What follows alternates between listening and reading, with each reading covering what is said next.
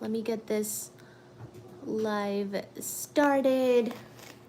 Here's the book, Modern Cosmology. You can look at the title there.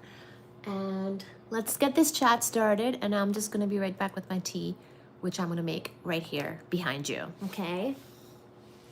See you as in I'm here.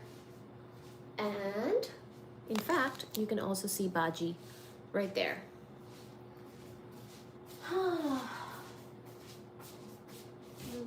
Running a little bit late today.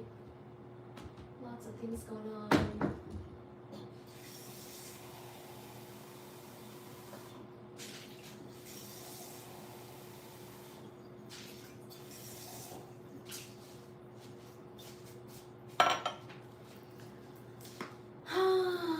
Let me tell the channel that we are live. How is everybody doing? Say something in the chat. Say hi in the chat. Join us and let us catch up. Thank you for joining. Thank you for joining and thank you for liking the live. I'm seeing it on my other phone.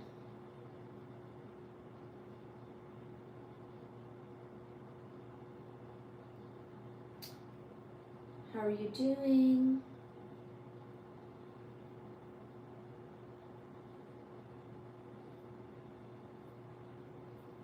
I don't know if I can speak a lot today because I'm a little tired, but I still want to see everybody and catch up.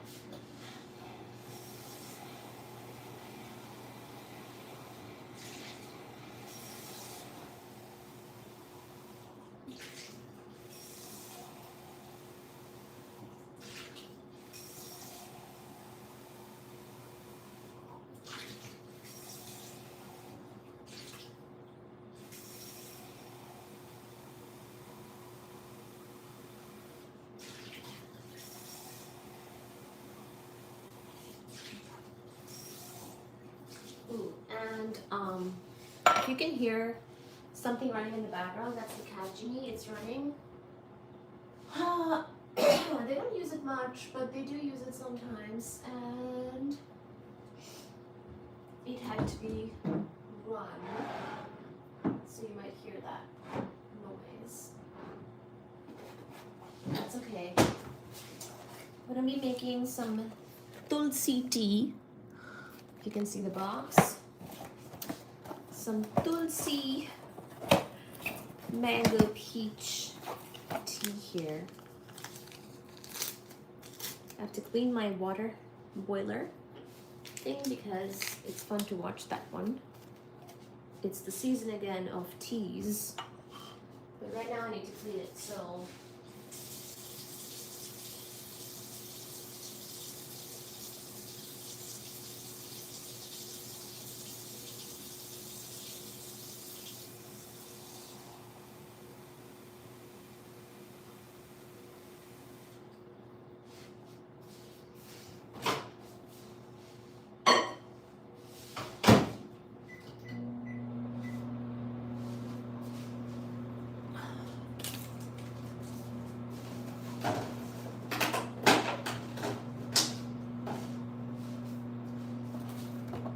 who is here? Say hi in the chat. Hi, Cassio. Are you here? Hola. Cassio is saying, hola, Audrey. ¿Cómo te siente? How are you?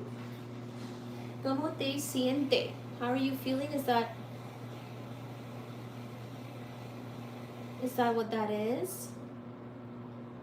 I'm okay, just a bit tired.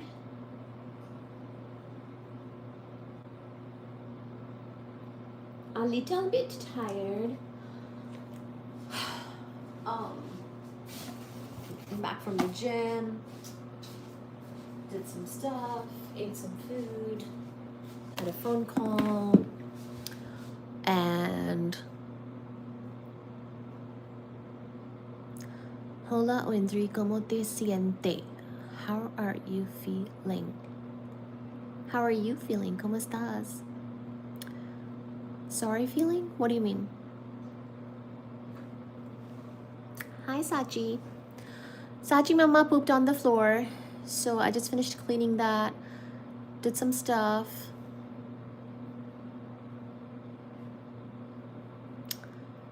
And I'm setting up for the live. Kind of had a little too much going on today, so I'm running a bit behind. I'm embarrassed, I mean. Why are you embarrassed, Ocasio?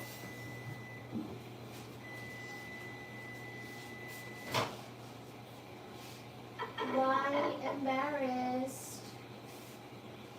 Tell us. Why embarrassed? Oh. Think.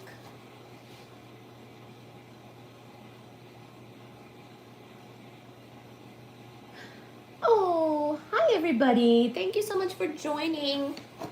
Let us start with some tea, and then we will move on to the study. Let us start with some tea and some Vaseline lotion. Hello, Ocasio. Hello, Kayleen. Kayleen is saying hello. Josiah Rigatoni. Rigatoni, is that like a pasta? Hello, I hope you're feeling well. I know your kitty is. Look how cute. Look how cute, if I can say the word. John Foster says hola. Hola, John. Something went wrong. Land might be misunderstood. What's up? Says Jalal. Jal the way. Josiah Rigatoni says exactly like a pasta. I love pasta. I've been making to cook some for a while. This is my tea. Like how people say chai tea latte. This is my tea. No latte, no milk in it. Just tea. It's Tulsi, health by the sip. Mango peach, organic and caffeine free, herbal supplements. Krishna, Rama, and Vana. Organic Reba. I think I got this at TJ Maxx, if I'm not mistaken. Quite literally. What spices do you have in the tea? That's what I'm reading. We grow our tea, says the box. We import our tea. We blend our tea. We package our tea. Oh, okay.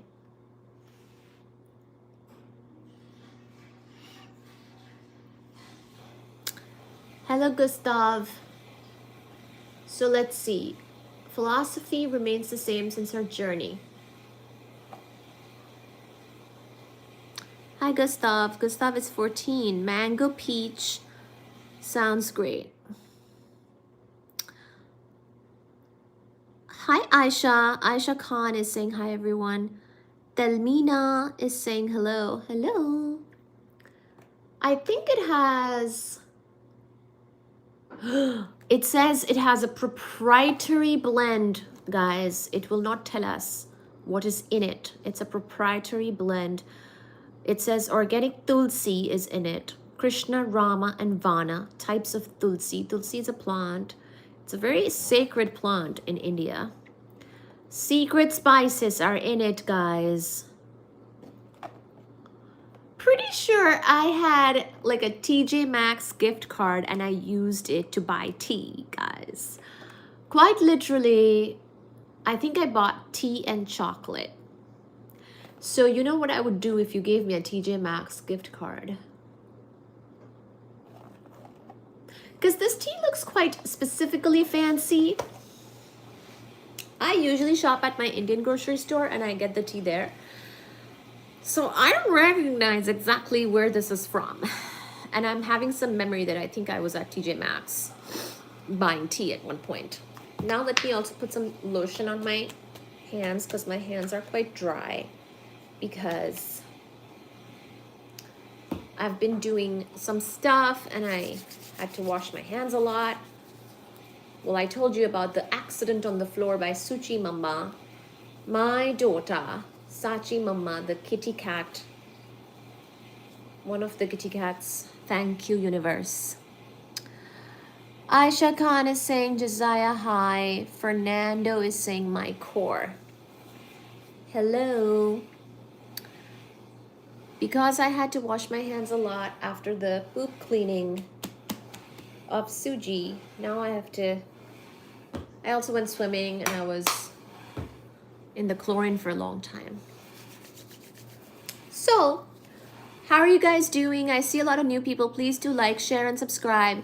Tell your mother, tell your father, tell your neighbor, tell your friends. Please do join us. Stay with us. Say hi. Say hello. And like, share, and subscribe. I might... I probably have to do some more things on my laptop as well. It might be a quiet one. Who knows? We can definitely talk about some physics. We can answer any questions you guys have. We can do quiet study time as well. I have India in my top places to visit. Should I visit as many corners as possible? I know how diverse each corner can be. My close friend is from Western India. I'm from Eastern India, so I don't know. If you're gonna be there for a month or two, like for some reason, if you're able to do a long visit, then yeah, I would try to cover as much as possible and you can go to all different places, north, south, east, west, and check out all the corners. But if you only have like a week, then, or a few days, sometimes I go for a few days, guys. Like, my trips have been less than a week whenever I've gone back now. And so, if you only have a short amount of time, what does it mean? Interesting. If you only have a short amount of time, then I would stick to a region. Like maybe like North India or South India. Hello, Arya. Arya A.U. Tekar. Where are you from? I'm from Mumbai. I'm from Kolkata, darling. I'm in Boston now, but I am from West Bengal, which is, of course, in the east of India. And that is Baji behind me. I want to make as much time as possible. Visit the beautiful mountains and the deserts. Thank you. Ivan says, hi from Dallas. Yay, Texas in the house. Who else is from Texas? God bless you and your family. Thank you. Thank you, cool one. Cool one, cooler. Wow.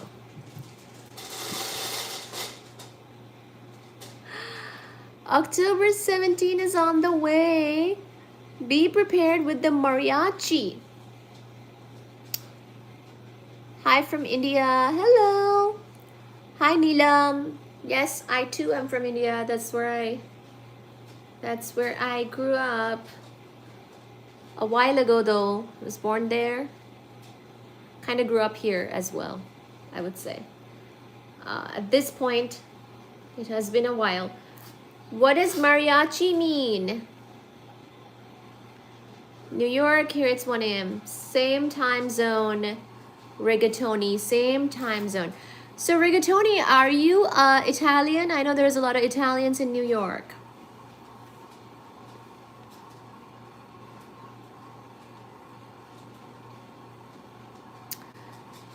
From Canada. Oh, I love it. Canadians are here in the chat. Yay! Hello to Canada. Yes, how could you tell? No, I just didn't know like if that was really you know your name or not. Josiah Rigatoni.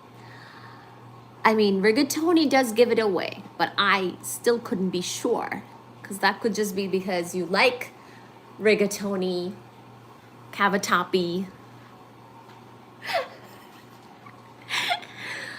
linguine. That's my favorite. As long as we're talking about pasta, I am quite happy to share that my favorite is linguine.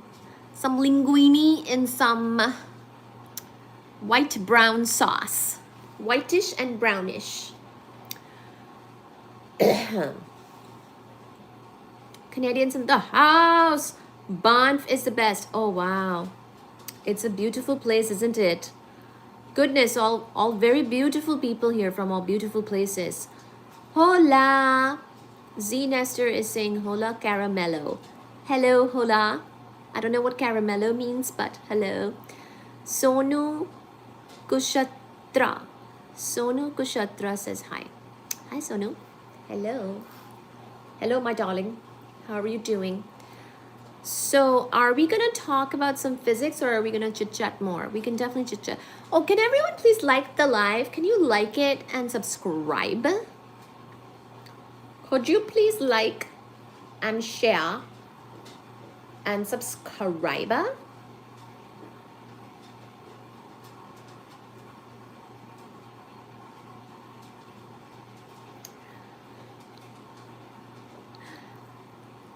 Interesting. Very interesting. I just saw something rather interesting. If you're not subscribed, please do subscribe. If you haven't liked, please do like. Caramello is sweetie, candy. What realm of physics are you studying right now? Where are you from, miss? My name is Erin and WBY. Hello, Goku. Such an interesting accent, Indian and Canadian. Well, Indian and American. There is also Marika in the chat. Oh, thank you. FXC. Thank you. Thank you for subscribing. Where are you from, brah? Where do you think, brah? Where do you think? Where do you think? You gotta guess? Where do you think, brother? I was gonna read out the top fans. Number 1 is Ivan. Thank you, darling. Fernando, number 2. Goku, number 3. Acacio, number 4. Oh my gosh, Acacio, you're usually number 1. Josiah Rigatoni, my favorite pasta, but not really because my favorite is linguine. Number 5. Cool One is number 6. Gustav is number 7. Aisha is number 8. FXC. Oh, I see what that is. Off is number 9. Sometimes I read things and I don't understand them right away. You are number 1. Thank you, my dear Ivan 11. My dear Ivan 11 is number 1 right now. You must have sent me some emojis and hearts. And you are number 1. Okay. I am setting up the live over here so I can see it on my laptop as well. So right now, could you please introduce yourself? Oh, wow. I guess I just assume people know me.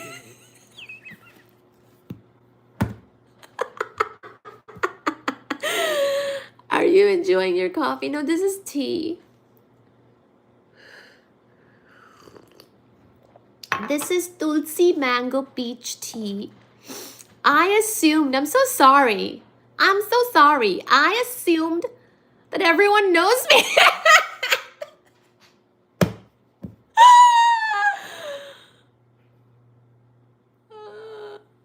Where are you from?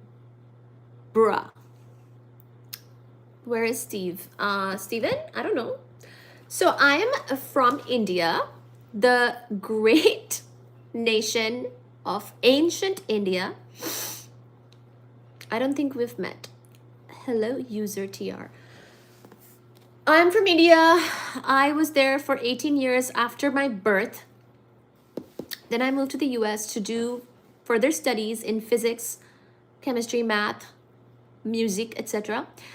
And I got my undergraduate degree in physics from NC State University, North Carolina State University, in the east part of the US, the East Coast, my preferred coast, because it is closer to India and Europe.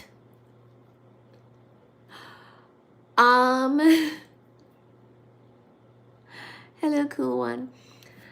And then I also got my PhD in physics from the Midwest, Ohio State University. And currently what we're going to be studying is cosmology, okay? Cosmology. Cosmology is not to be mistaken with cosmetology.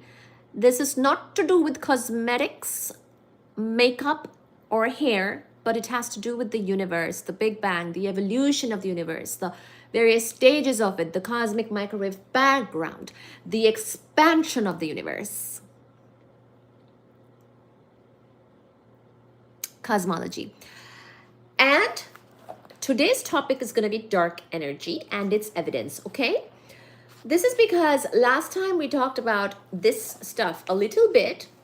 We chanced upon the question of dark energy. Some people were asking about it and whatnot.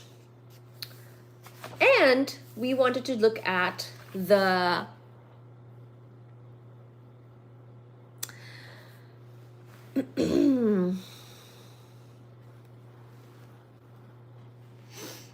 we wanted to look at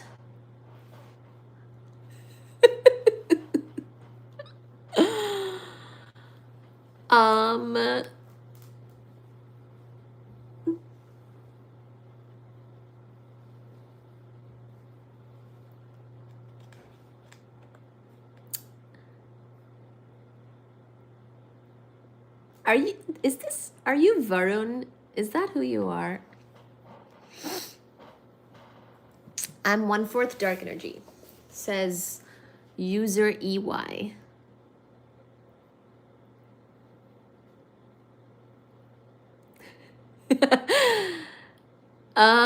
Ivan says study of cousins. What are your thoughts on dark matters? So, I mean, we have discussed dark matter on the channel as well in a lot of depth actually. So, if you are interested in checking out our previous lives on dark matter, you should feel free. We have talked about, among other things, the various candidates for dark matter that people considered when we chanced upon and when we started to get evidence of dark matter. And then we've also talked about dark matter from a cosmology point of view as well. And my thoughts on dark matter are, in short, that we don't quite know exactly what the particle nature of dark matter is. It is a research topic. It'll be very exciting to make more progress in this field. There are a bunch of experiments that try to probe it and try to learn more about it. One of them is actually a balloon experiment, kind of like the one that I worked on, which had to do with neutrinos, but I also worked on a balloon experiment in Antarctica. And I almost did a postdoc in that particular dark matter experiment, but then it didn't work out. And hopefully that project is going well. It's at MIT. You know, there is various ways to kind of approach dark matter, which is something I really like. It's not dark energy, which was going to be the planned topic for tonight, but I do like talking about dark matter a lot as well, because dark matter is actually a topic that is in the intersection of and you can study it from different approaches. You can study it from the astronomy point of view, the astrophysics point of view, as well as the cosmology point of view. It's not just cosmology. Dark matter is also something that is of interest in our own galaxy, for example, because as you know, cosmology is the study of the entire universe. And so that is a much more bigger scale, larger scale, big distance. I'm going like this with my arms to show you big scale kind of stuff. So cosmology is more big scale. Our own galaxy or astronomy or astrophysics is more small scale. It involves objects that are still very far, far away, but in terms of the universe, it's more close. So what I like about dark matter is that if you're in astronomy, you can study it from an astronomy point of view. If you're in astrophysics, you can study it from an astrophysics point of view. If you're a particle physicist, you can try to probe and figure out the particle nature and go for the more particle physicsy point of view. And if you're in cosmology, there are evidence of dark matter in cosmology as well, so you can also approach it that way. So it's a more it's not my area of expertise, but at least in my humble opinion, I think it is a more multi-dimensional, philosophically speaking, topic. I don't want to confuse it with something technical that I say, because a lot about dark matter is still unknown. We just know that it interacts gravitationally, but it does not interact with light. So we call it dark matter, right? But then evidence of dark matter is sort of multifaceted. We have evidence of it in our own galaxy, while we also have evidence of it in a more cosmological scale. So in that sense, those are not all my thoughts, but those are some of my thoughts on dark matter, which is that you can study it from different approaches. So even if you're doing astronomy, you can try to do so. Oh, and another thing about dark matter that I like is that it clearly has some role in large scale structure.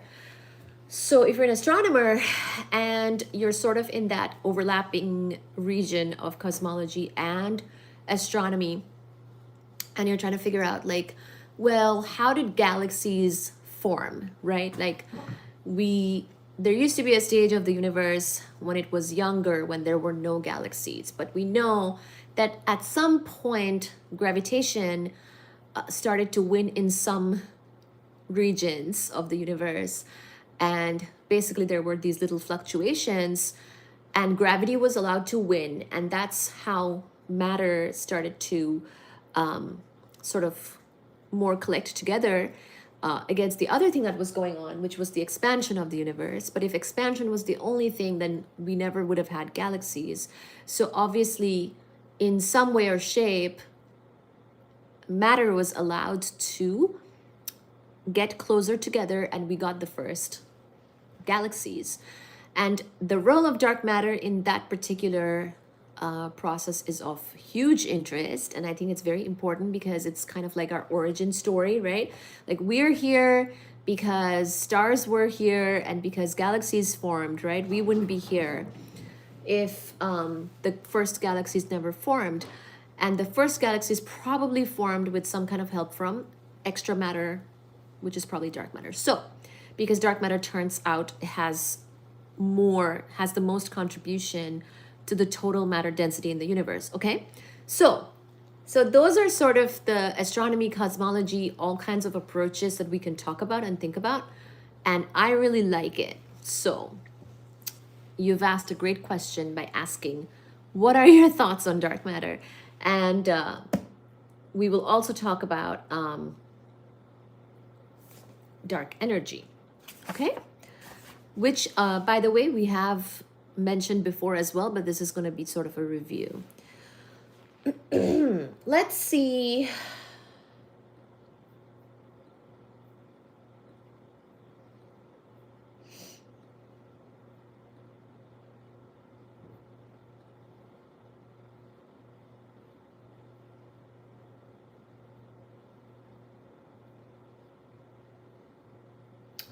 Let's see some of your questions. Thank you for listening to that spiel. And then now I'm able to look over here at all the questions that may have passed by.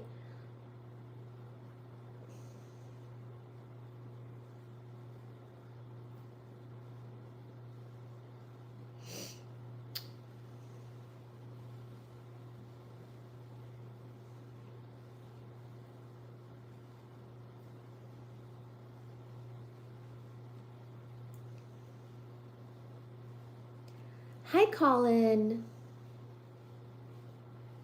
Hi, sorry, brah. Ocasio asked, people from Bangladesh and Calcutta speak the same language? Yes, but different dialects of the same language. Yes, but I can understand both.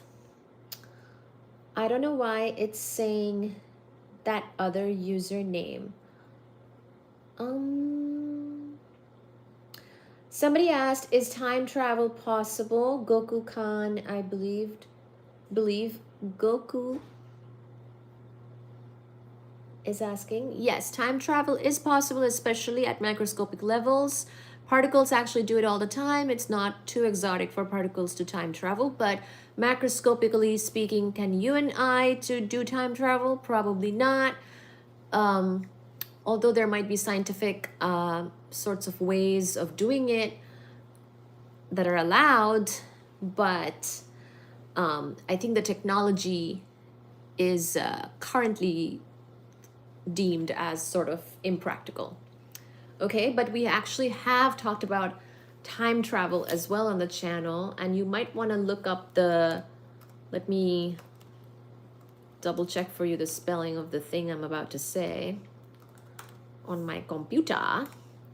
So if you're interested in time travel, then you might want to look up the Casimir effect. We talked about it here on this channel a while ago, and the way you spell that is Casimir, okay? So let's see. Should we mess with it from an ethical standpoint? Do you mean dark matter or do you mean time travel? How does one even begin to experiment on dark matter? That's a great question. Dark energy is the expansion and dark matter is just the classification. So those are two different things. So Josiah Rigatoni, let me clarify that dark matter is different from dark energy. You are right that dark energy is the one that is responsible for the expansion of the universe. Both are research topics, by the way. They are the top research questions of today, I would probably say, in cosmology. Dark energy is what we basically say is responsible for the expansion of the universe. It's the anti-gravity term that is affecting our cosmology, the universe, and its expansion. So that is a different thing than dark matter. Dark matter is extra matter, invisible matter, matter that interacts gravitationally but does not interact with light, that we have evidence of even locally in our own galaxy. So dark matter is not the same as dark energy. They're two different things, but they are part of the energy density of the universe. So pretty much if we're talking about what is this universe even made of, I'll tell you right now. Basically, you can think of it as cosmology is interested in the fundamentals, right? So like, you know how in chemistry, there's a lot of different molecules, compounds, elements, the entire periodic table is there, right? So you might think that, oh my gosh, this is so complicated. There's all these elements, hydrogen, helium, lithium, beryllium, boron, carbon, nitrogen, right? I have the periodic table memorized till about 30 or so. But then there's even more elements after that, right? So calcium, right? Scandium, potassium. Now I'm breaking the order. But basically, all of those elements, if you break it down in a cosmological standpoint, they're just ordinary matter. They're just normal matter that you and I are made of. the earth, lots of just ordinary stuff that we interact with regularly is made of that. So that's the ordinary matter. And sometimes we even say that it's just all baryons. In cosmology, there is sort of a nickname, if you will, for protons and neutrons, right? Or ordinary matter is made of, like, even if you're a molecule or a compound, you break down into the more basic elements, and the basic elements break down into atoms. Atoms have nuclei and electrons, and depending on how many protons in the nucleus is basically whatever element you are. So when you care about those types of things, like the chemistry stuff, then electrons are pretty much what's carrying out the actions of chemistry. But when you care about, say, how many protons and neutrons are in the nucleus, then that's sort of in the realm of nuclear physics. But pretty much you've got the protons, neutrons, electrons, right? So pretty much baryons are protons and neutrons. So we kind of, in cosmology, we kind of club together the ordinary matter as baryons. We just call them baryons. If you don't like that name, we can call it something else, because again, depending on if it's a particle physics conversation, then we might even call them quarks, because neutrons and protons also break down into further smaller particles called quarks. But let's just say all of ordinary matter, just call it something that's baryons. So the universe has that. Universe has photons, that's the light. Then the universe has neutrinos. Those are tiny particles that only interact through the weak nuclear force and pretty much seem to be produced, spewed out as a side product of almost every nuclear physics reaction that I have come across anyways. Those are neutrinos. Then you have the fourth thing is dark matter, and the fifth thing is dark energy. So these are the 5 cosmic ingredients. Everything that we know about and everything that there is, according to our knowledge, is one of these 5 things.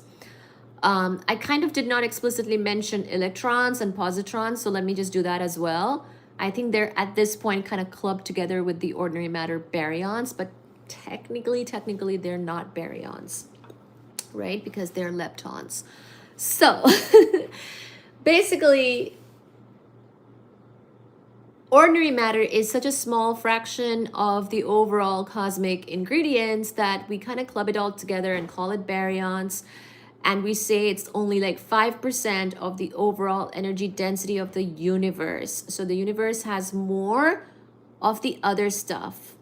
And it turns out that the universe, for the most part, has dark energy. Most of the matter is dark matter. And then like 5% is ordinary matter. So that's what's going on here. So if you're wondering about cosmic ingredients, like literally, if we cooked the universe, if the universe has cooked itself, I mean, it has come to this stage, right? Because also remember that the universe has gone through changes. The relative percentages of each of these things that I just mentioned wasn't the case always. It's not like the universe was always this way, right? The universe is dominated by dark energy right now, but in the beginning of the universe, actually, Big Bang and after, it was radiation dominated, okay? So more photons doing things, and photons being very hot and energetic and constantly reacting with electrons and positrons was sort of the cosmic soup back then. And it has gone through stages. Just like we age and we go through changes, the universe also goes through changes. So it has gone through a lot of changes in its lifetime so far. And not every era is the same. So the first part was the sort of the what we call the radiation dominated era. Now we're in a different era where we seem to find that dark energy is very dominant right now, and the universe has expanded a lot, and it's still expanding. And then, yeah, dark matter, as far as the matter goes, seems to dominate, whereas where it is a lot more than the ordinary matter. But yeah, pretty much we're part of the ordinary matter. If you think we are the main part of the universe, that's not right. The most part of it is dark energy, followed by dark matter, and then us. And there used to be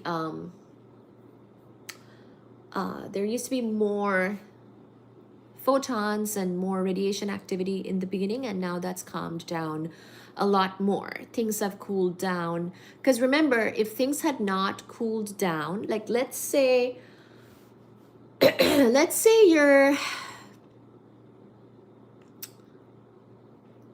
say you are a nucleus and an electron, but things are so hot and energetic and you're constantly getting hit by an angry photon, you'll never be able to kind of cool down enough to make an atom and make a neutral atom, for example. So there was a time when these types of things were not possible. Like you couldn't really make atoms and things like that. So there was a time when there were a lot more photons and photon activity, and then things calmed down more, and slowly things have changed, and we've gone through different stages. You might hear about recombination, one of the stages, blah blah blah. So today we will shortly talk about dark energy. But yeah, since somebody asked about dark matter, don't confuse it with, of course, dark energy. They're two different things, okay? Two different things. It's almost like if you thought that one was confusing enough, there's actually another one. So once again, the 5 cosmic ingredients, which is literally everything, we're talking about everything that's in the universe, are photons, neutrinos, baryons, dark matter, dark energy. 5 things. And here I'm basically including the electrons and positrons under baryons, at the cost of someone getting mad at me, because technically they're not supposed to be in the same bucket. Because even though electrons, positrons, neutrons, and protons are all part of ordinary matter, in particle physics standpoint, they are different types of particles, not the same. In cosmology, so you will see that the way of speaking about things changes when you are in different fields of physics. In cosmology, we use this word baryons. In particle physics, you would say more specifically what the particle is. So the other thing is, this is what I was somebody asked about the experiment. So depending on the type of experiment, let's say you are looking for a weakly interacting massive particle, the WIMP candidate for dark matter. Basically, you're hoping that some interaction will produce that particle, and you're there to catch it. Or you think that it would basically a certain signature, you theorize about a certain signature that's made if the WIMP was made or it interacted with something, and whatever that signature is what you're ultimately going to be wanting to detect with your detector. So you're ready with your antennas or whatever else is the detector to look for that characteristic, to look for that signature. So that is often how things work in physics, is that even the most elusive type of particle, really when you're looking for a particle, if you come across an experiment that is talking about, we're looking for this particle, really what it is, what they're doing is that particle probably does some kind of interaction in certain type of environment. Like in my case, the one I worked on was the neutrino experiment. We were looking for neutrinos of a certain kind, and that neutrino, when it interacts with something, it makes a specific signature. In our case, it was a Cherenkov radiation, radio Cherenkov radiation actually, specifically, and we are trying to, with all our detectors, we're trying to catch that. signature. So even it may seem, and it is very hard to do these experiments, and how do you even begin, right? How you begin to look for something like dark matter is just by doing a ton of work before that. We don't start today, right? We have a history of other experiments before us. So oftentimes the way you design an experiment actually has to do with its predecessors, its parents and grandparents and cousins of experiments. So excuse me. So basically, ain't no one getting all that imaginative constantly every day. Okay? People look at, like, say you're doing something in 2016, you're probably inspired by something that happened already in 2006. So pretty much gathering a lot of inspiration from the experiments before, even if they are not for the same thing, is often what happens, and you have to you basically follow something similar. And the other thing is also theory. Whatever the theoretical physicists come up with, let's say they think that if this candidate of dark matter, this type of particle existed, it should be doing blah and blah and blah at these types of energies and whatnot. So now you want to go look for it. And if you can't find it, then you would come back to the theory and be like, hey, so we got to constrain this theory because guess what? We didn't find the thing. So those types of things are very common in experiments, okay?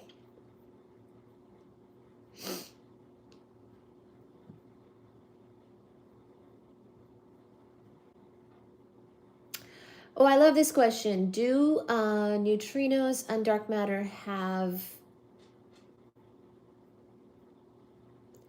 common characteristics?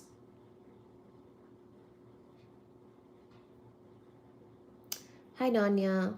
Hi, Eddie. Hi, Vikas. Hi, Farage.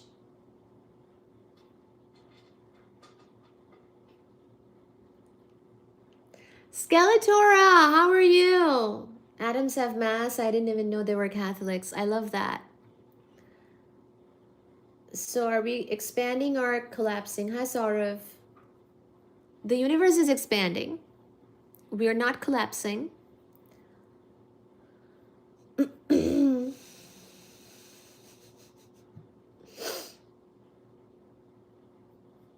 Thank you. Hi, Big Frank. Mars was formed 4.5 billion years ago. Yes, and so were we. We're all pretty much the same age as the sun, and all of us together. We have been a happy family in this solar system from the beginning, and we've gone through a lot of phases too. And see, that is a more of a solar system physics or astrophysics, right? It's a more local. Is that the Higgs boson particle? The Higgs boson is its own thing. It was discovered in 2012. I was not part of the Hadron Collider, the Large Hadron Collider, no. I did not do collider physics, but I did do particle astro. So because I did particle astrophysics, basically the Large Hadron Collider is trying to accelerate particles, human beings trying to accelerate particles, and then looking at specific interactions and whatnot. But the particles I was interested in get naturally accelerated in astrophysical sites and events. And so I don't need the collider to do that. I catch them from the sky. So I was in the intersection of particle and astrophysics, okay? You ever watch those crazy English? Hi, Critter Rally. Hello. Hi, Fennec.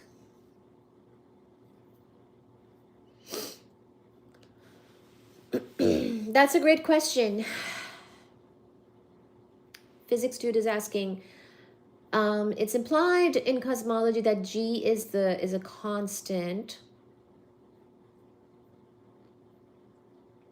But what if it varies in time and space? That is very cool. You're observing what nature did. Yeah. So the biggest accelerators of particles are actually nature made, not man made.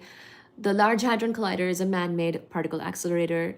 Not the first one. There's been smaller ones than that before. Fermilab has one, I believe. Other labs have it too. And then they made a really big one in Europe. I think it's like in France, Switzerland, whatever. Lots, might be in some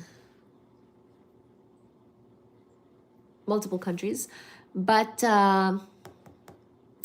nature has the most exotic and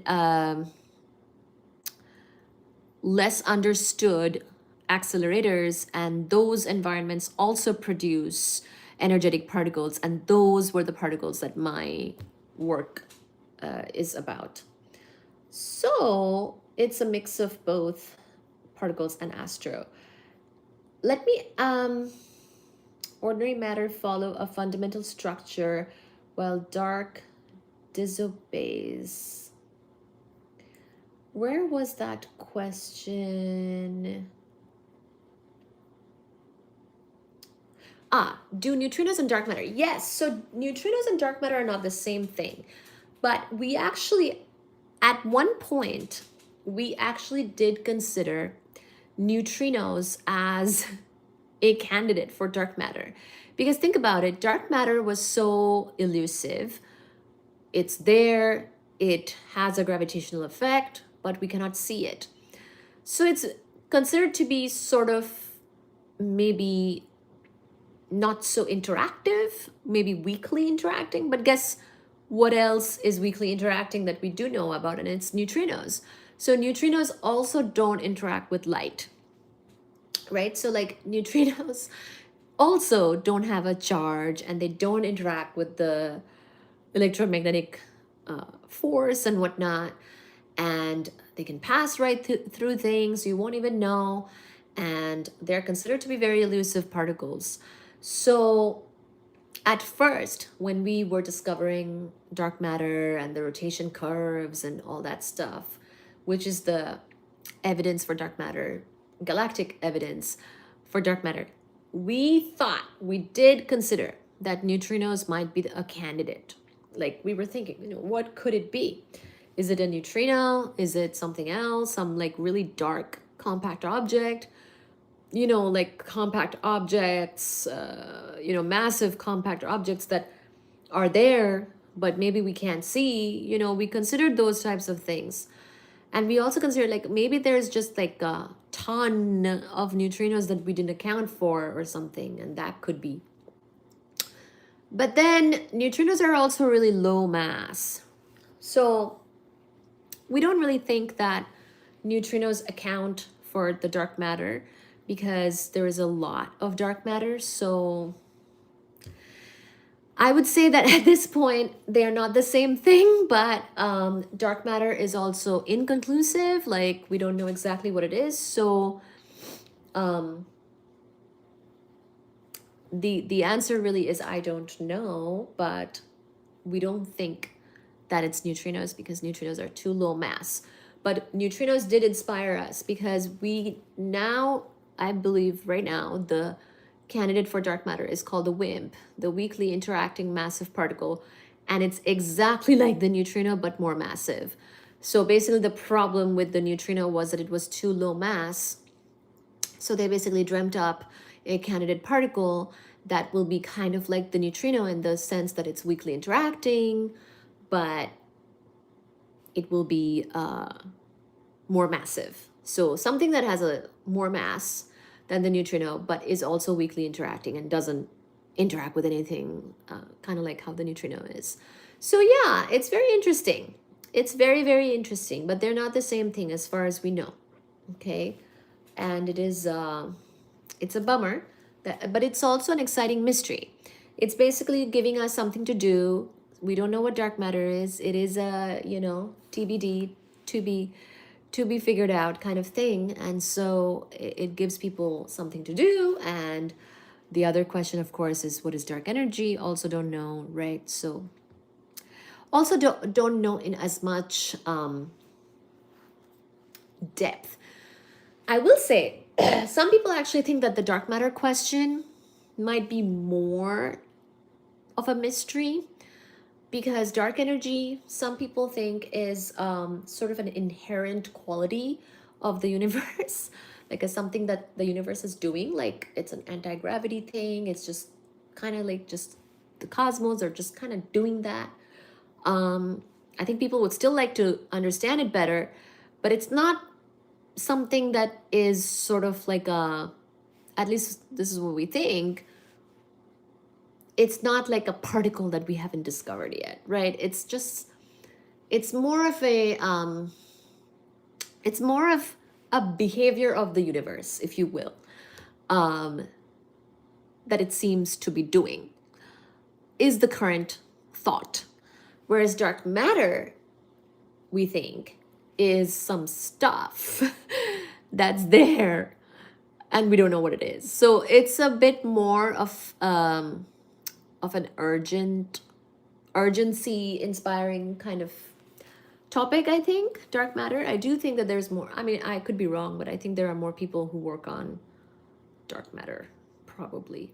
Also because dark matter is more, like I was saying, it's a more versatile topic. Okay. Are galaxies a result of space-time rippling from the ever expansion? Galaxies are a result of gravitation sometimes winning in certain regions of overdensity in the early universe. So the universe as a whole is actually very smooth, and especially the early universe. When you look at pictures of our baby universe, like the baby picture of the universe is called the cosmic microwave background map picture. Basically, it shows you that it's very smooth, like in every direction it's pretty much the same, homogeneous, isotropic, smooth. By smooth, it means that there is hardly any perturbations.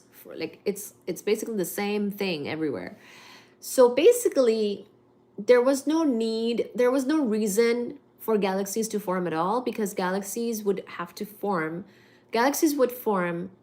when matter is clumping, right? If there is clumping happening in some parts of the universe, then that's how the first galaxies were formed. Well, clumping would happen if gravitation was sort of allowed to win sometimes, right? Because if there is gravitation, but then also anti-gravitation, which is the expansion of the universe, or dark energy, as we call it now, then there won't be any clumping ever. Oh, and also the early universe also had some other things going on. There was also radiation, pressure, blah, blah, blah. We have talked about that actually as well. So this clumping thing where matter is coming close together didn't have to happen, but it did happen because there were actually tiny fluctuations or regions of overdensity, and slowly but surely gravitation kind of won in some parts, and those led to the galaxies. So it's not a rippling of space-time. I mean, I don't want to confuse it with the general relativity understanding, though. So when there is a massive object, its gravitation does cause bending of space-time. But when you're asking about the first galaxies, why they formed, that's a different question. That's basically matter clumping, and we're trying to understand why did it clump in the first place if things were so uniform overall. So something or other was leading to those overdensities, and we think that dark matter might have had a role in that, which we don't fully understand yet. Okay, So, bit of a complicated thing there. Give a brief description of dark energy. Yes, about to right now.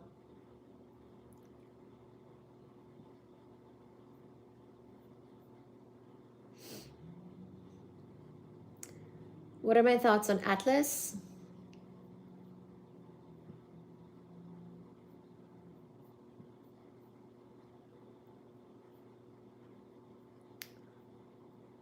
Snuggamly, how are you?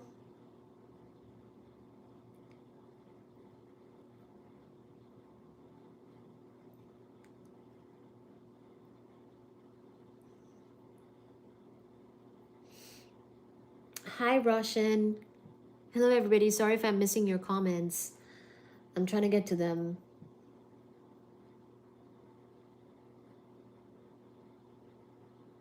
So, before I get into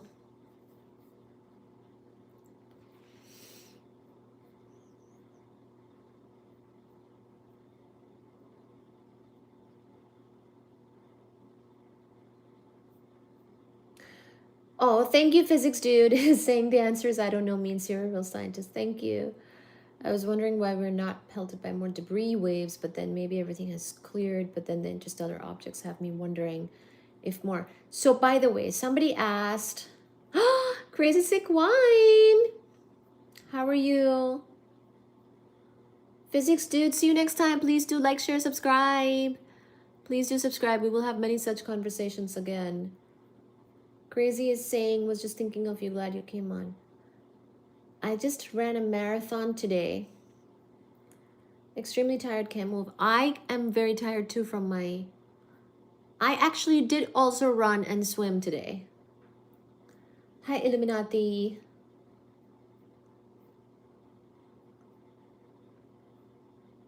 Illuminati, you look like... Illuminati is saying, you look a little daisy. Don't we all? Okay, I will now get into dark energy, which is not to be confused.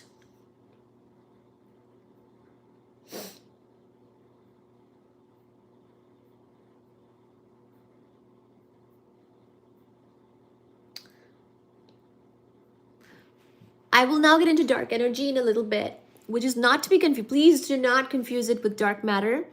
The stuff I was talking about so far with the invisible matter, the WIMP, and the we can't see it because it doesn't interact with electromagnetism, that's dark matter. But what we're about to talk about is dark energy, okay? And I also mentioned the 5 cosmic ingredients. I think I used this and this finger for dark matter, dark energy. 2 different things, okay? They're 2 different things. But before that, I must address a very good question from user TR8, which is, where did the Big Bang happen? Is there a specific location where it happened? Are we a great distance from the origin? It happened. Drum roll, drum roll, drum roll. Drum roll, drum roll, drum roll. Are you ready for the location of the Big Bang?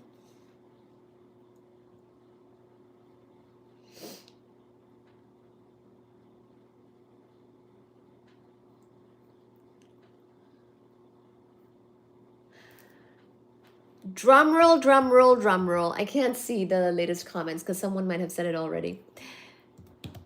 The Big Bang happened everywhere. So remember that the Big Bang happened and the universe was very tiny. The universe you see now is the expanded, more evolved state of the universe. So where we are used to be there. So the Big Bang is everywhere, okay? The Big Bang actually happened everywhere, okay? It's not like it happened over there and now we're over here. No, no, no, no, no. This was this, right? We were all little itty bitty tiny universe after the Big Bang, and then we've come a long way. We've expanded, we've made new things, we've made galaxies, we've made stars. Stars have died, they've made gas nebulae. Then those have condensated and made something like our sun and planets, where most of the mass went to the sun, most of the angular momentum went to the planets. And we're here and we see this big cosmos and we see that things are so far away. Oh my gosh, there's so much darkness, there's so much emptiness, a lot of void. Well, actually, there's a lot of gas too in between things. But it all used to be the tiny little universe, baby universe, just after the Big Bang. So the Big Bang happened everywhere, okay? It did not happen over there. Over there is everywhere now, okay? It's hard to envision the universe because we're in it, we're part of it, right? It's not the most obvious science. Okay? So the gravitational constant thing. So somebody, I feel like I've seen, I've actually seen this on Reddit, I think, where people are basically saying, what if there's things that change and over cosmic spaces and we don't account for it? So he's asking about the gravitational constant, and I don't know. Could there be some corrections to general relativity which would throw further light on, light as in metaphorically, on these topics? Maybe. It very well could be. I'm looking forward to any correction on of general relativity that leads to more truth, because we do know that general relativity is not completely correct and quantum mechanics is not completely correct. Both of those are not completely correct. In my mind, I am satisfied enough with each one because they serve their own purposes. General relativity is good for understanding cosmic scale things. Quantum mechanics is good for understanding small things like quantum level things, atoms, particles, electrons. So I'm happy with that. But a lot of people are actually not happy with that. The fact that those two things don't agree. And this is actually why, by the way, someone asked about string theory, I think in a previous live. This is why they worked so hard on string theory, is because they wanted to unify these things. So if you're wondering, why did people bother with superstring theory? It's because they don't like that the pillars of physics don't agree with each other, okay? That's what it is. All right, now let's talk about dark energy.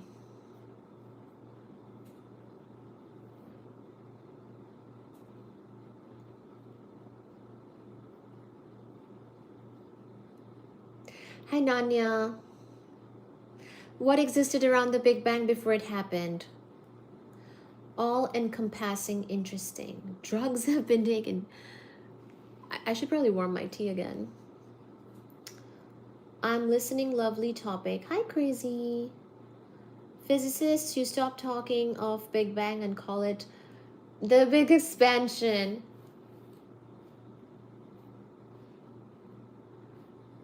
Not completely correct, or we don't understand it yet? What is not completely correct? Oh, are you asking about general relativity? So general relativity is not completely correct.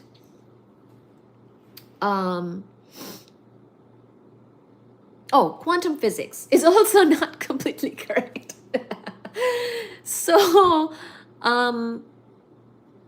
there are some limitations in each field, and that is fine. That is fine. And I'm not too bothered, especially by some of the suggestions of quantum mechanics. But some people are. They're very bothered. And so those people generally have wanted to work on a grand unified theory and come up with a more general theory and whatnot, with not a whole lot of success. Quantum mechanics, even with its bizarre results, is actually very successful. Lots of evidence, lots of experimental success has led to quantum mechanics flourishing, even with some flaws. So, what's your favorite movie of all time? Auntie. Hello. Hi, Jonathan. Let me warm the tea again. Let me see. Let me take a sip. So, as far as not understanding, I mean, there is things that of course, we don't understand very well. But I think that people sometimes want a more rigorous understanding of something. When they don't find it in the field, they might say that this is not fully correct, things like that. Not completely. Okay. All right. So, last question. I think that I see anyways. What existed around the Big Bang? So, as far as physics goes, our time really starts at the Big Bang. So there is nothing that I know of before the Big Bang. There is no time that I know of before the Big Bang. The Big Bang is literally the beginning of the universe, and it's t equal to 0. And in fact, even the exact Big Bang is considered a singularity, and we don't fully understand exactly what happened there. So really, it's just after the Big Bang where we start to understand things. So I certainly do not know what, if anything, was there before the Big Bang. And as far as our understanding of reality in physics, we start the time at the Big Bang. Okay? Let me microwave this and come back.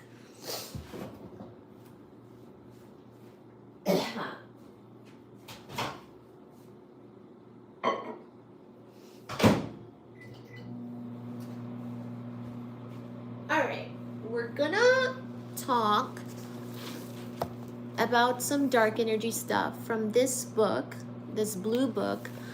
It is called Modern Cosmology by Scott Dodelson. And we're on page 47 of it. It's a rather dense book, but I reference it sometimes. We're on the chapter called Cosmic Inventory. I already gave you a summary of the Cosmic Inventory, and now we're going to jump right into dark energy.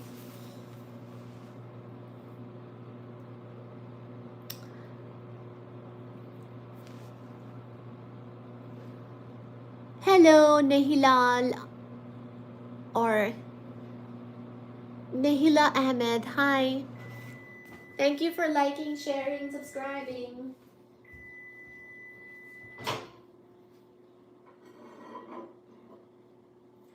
I need to sip some tea now and rest my voice before I talk about dark energy. You guys can say some stuff now. Hello from Australia. Hi, TJ.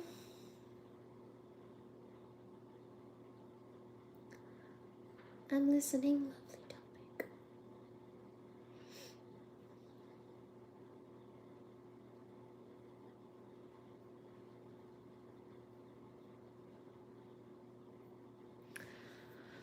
Crazy sick wine.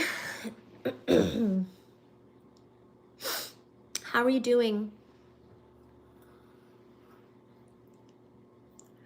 How is everyone doing? Say some stuff. Say some things in the chat as I drink my tea, and then we'll wrap it up with dark energy.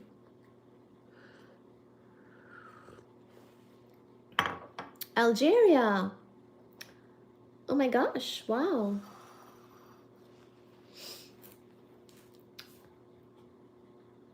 Algeria. I'm in Boston.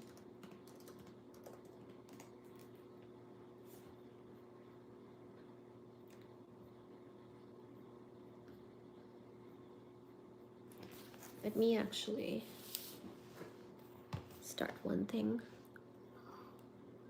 How are you feeling? I am so tired as well. My body is tired. I ran, I did weights, then I did swimming.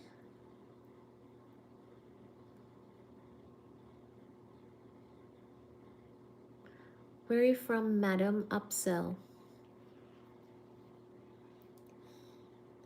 Mademoiselle!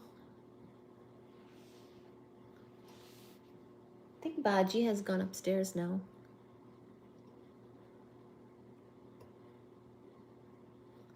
I love the sauna. I also did the sauna. I did the sauna, then I took a shower before swimming. Then I did the hot tub. Then I showered. Then I, bonjour, Olivier, saying bonjour. Hello. Then I did,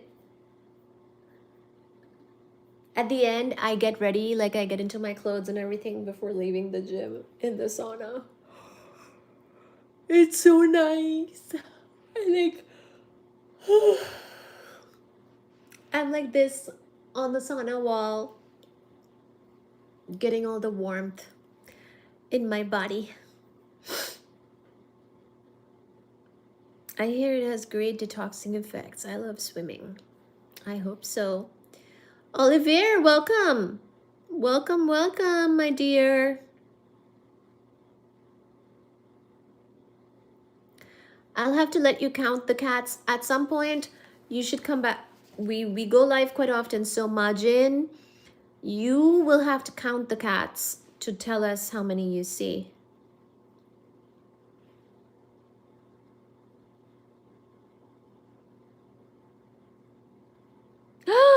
Thank you, Agasio. Some super chat would be awesome for the Win3B channel. Oh, thank you, Agasio.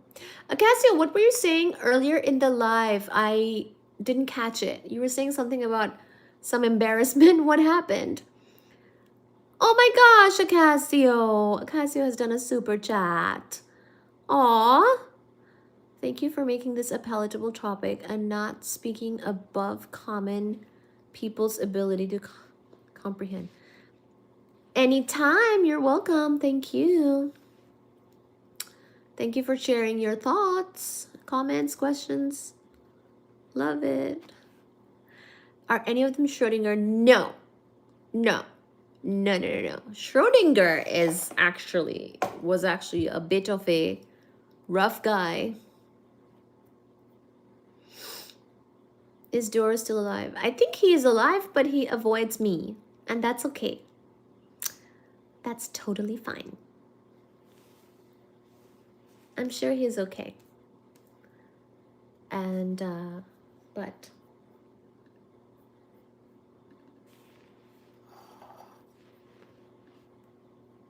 let me type something.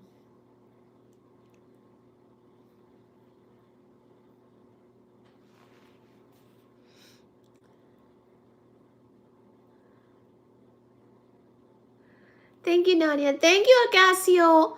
Agasio, my friend. Muchas gracias, amigo. What were you saying earlier in the live, Agasio?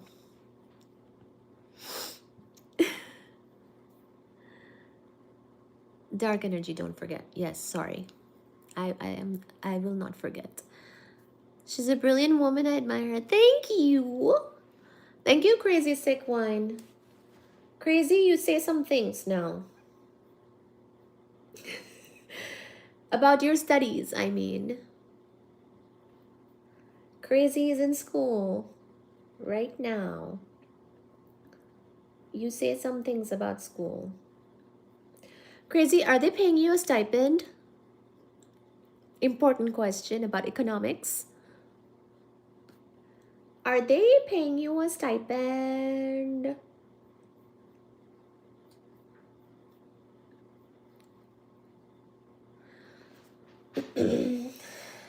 to do one thing and then we'll get started.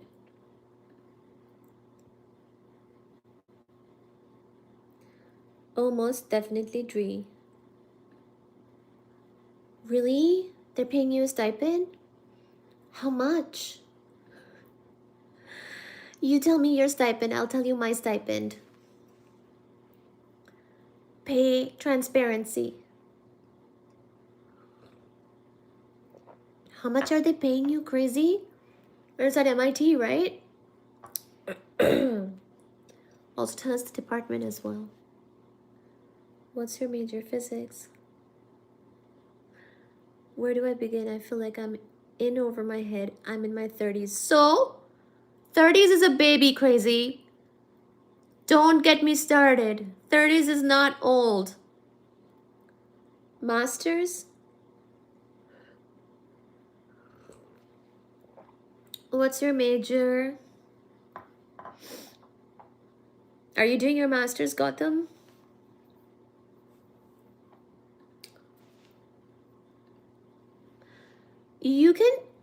You can be a good student in your 30s.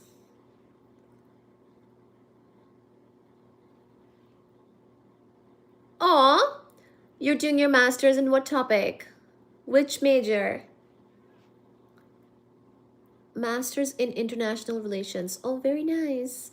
Tell us something cool that you learned in international relations, Gautam. Share with us. And crazy, can you tell us where you're going to school, what classes are you taking, and what is your stipend if they're paying you a stipend? From University of Tokyo. Wow, Tokyo. Is it really neat and clean there?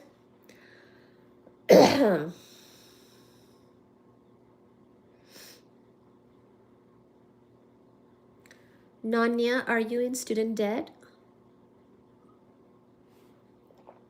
So generally graduate school in physics means that you don't have a lot of debt. Give me 1 second. I have to do a thing.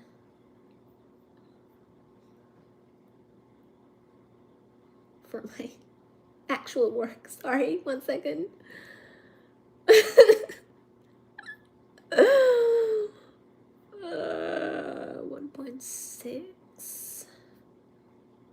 1 second. Please hold on. Please hold on and don't go. 1.6, 1.6, 2.0, 2.0.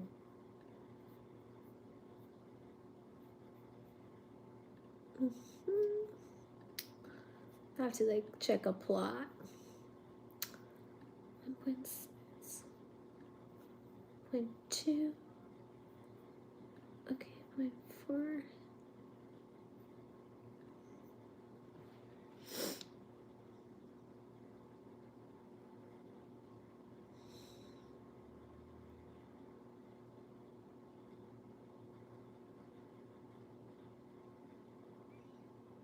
Did people leave? Just give me 1 moment. Don't leave. Give me your number. Oh, you can tell me on Instagram. How about that? Do you have Instagram?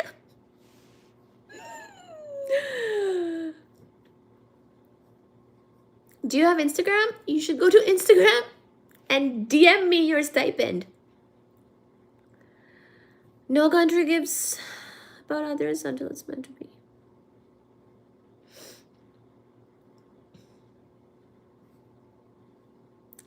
I do. Can I message you? Yeah, go ahead. I'm currently attending MIT PhD program in physics, quantum field theory specifically. That's amazing. That's so wonderful, crazy. MIT PhD program in physics. My physics. Oh. Quantum field theory. Oh. Those good old QFT days. I will say you might have to teach me some QFT. I don't think I understand QFT very well at all. Fried shrimp tempura. Do you like my name? Of course. Shrimp is my favorite, even though I'm allergic. I do eat a little bit. Ivan is saying, can I message you? Yes, of course. You can also message me and tell me your stipend. Tell me your salary. I'm collecting information. I'm collecting data about how much people make. In international relations, we also learn furthermore layering in tax. Oh, that's right. You were sharing about your studies of a theory for Big Bang too. Go ahead, Gotham. Okay, let me see. This is 5.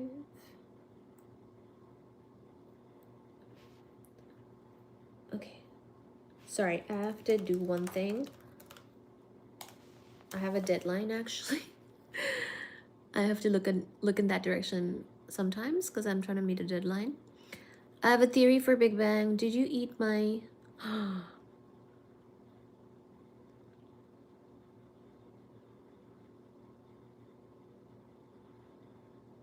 14 billion years old? What do you mean? Okay.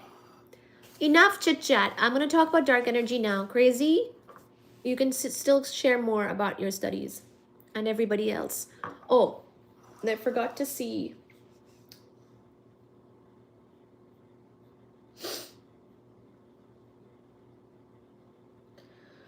Have to earn enough to pay off student loans. Nope, double bachelor's, only AMA. Self-employed mechanic. I love that, Nanya. Do you fix cars?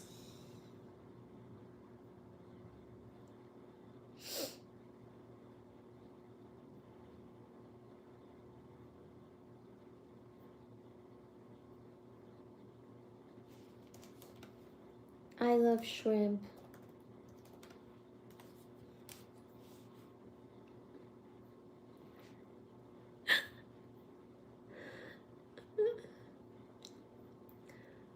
Sorry, one last thing. God, what am I doing? Bottom chart. Okay.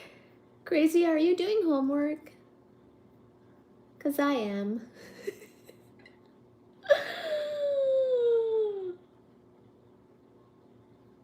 Okay. Okay.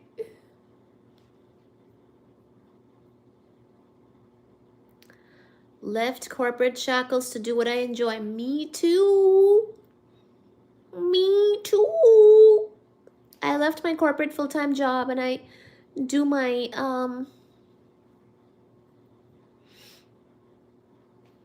hello unoriginal. And I do consulting, contracting, and this. So I'm with you, guy. I'm with you.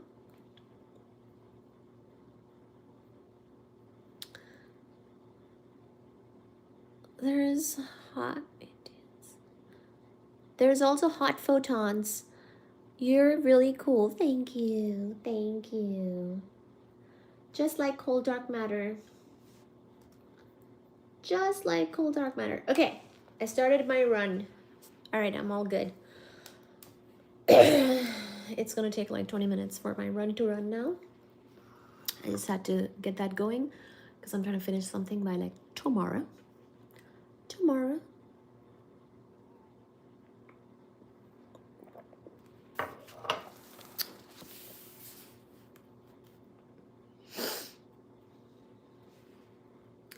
Blaze your own trail. Yeah, it's it can be a little scary money wise. But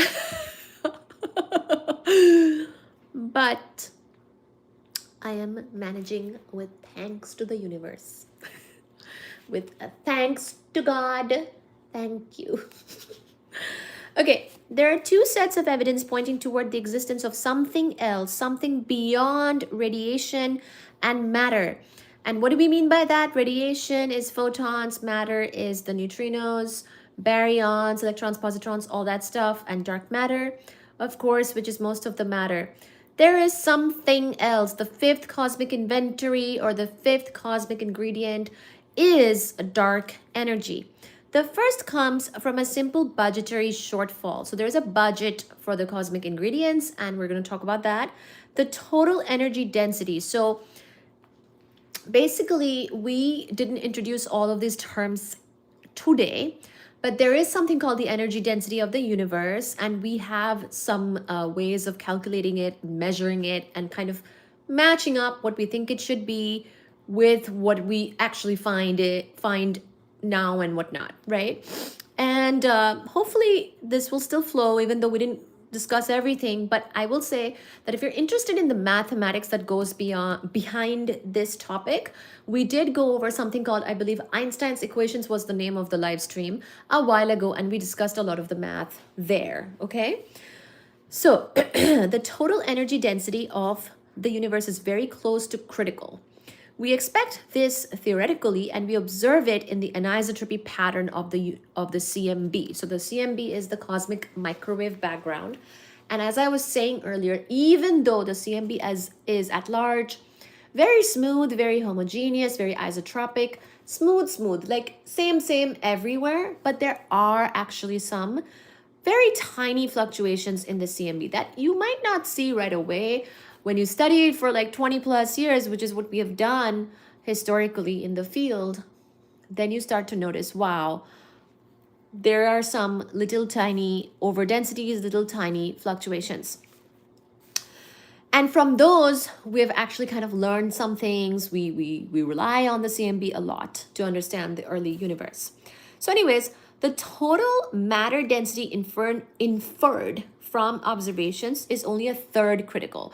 So it seems like the total matter density is only a third of the critical density, and the critical density is very close to the total energy density. So there is something that is taking up the rest of the 70% because we're close to the critical density. Is it still running? Yes, it is. We are close to the critical density. That is our total energy density. And the total matter density is only taking up about a third of that. So what is the remaining 70%? So just by doing a budget, we understand that there must be this fifth thing. So the remaining 2/3 of the density in the universe must be in some smooth, unclustered form dubbed dark energy. Smooth, unclustered form dubbed dark energy. So once again, dark energy is what we call it.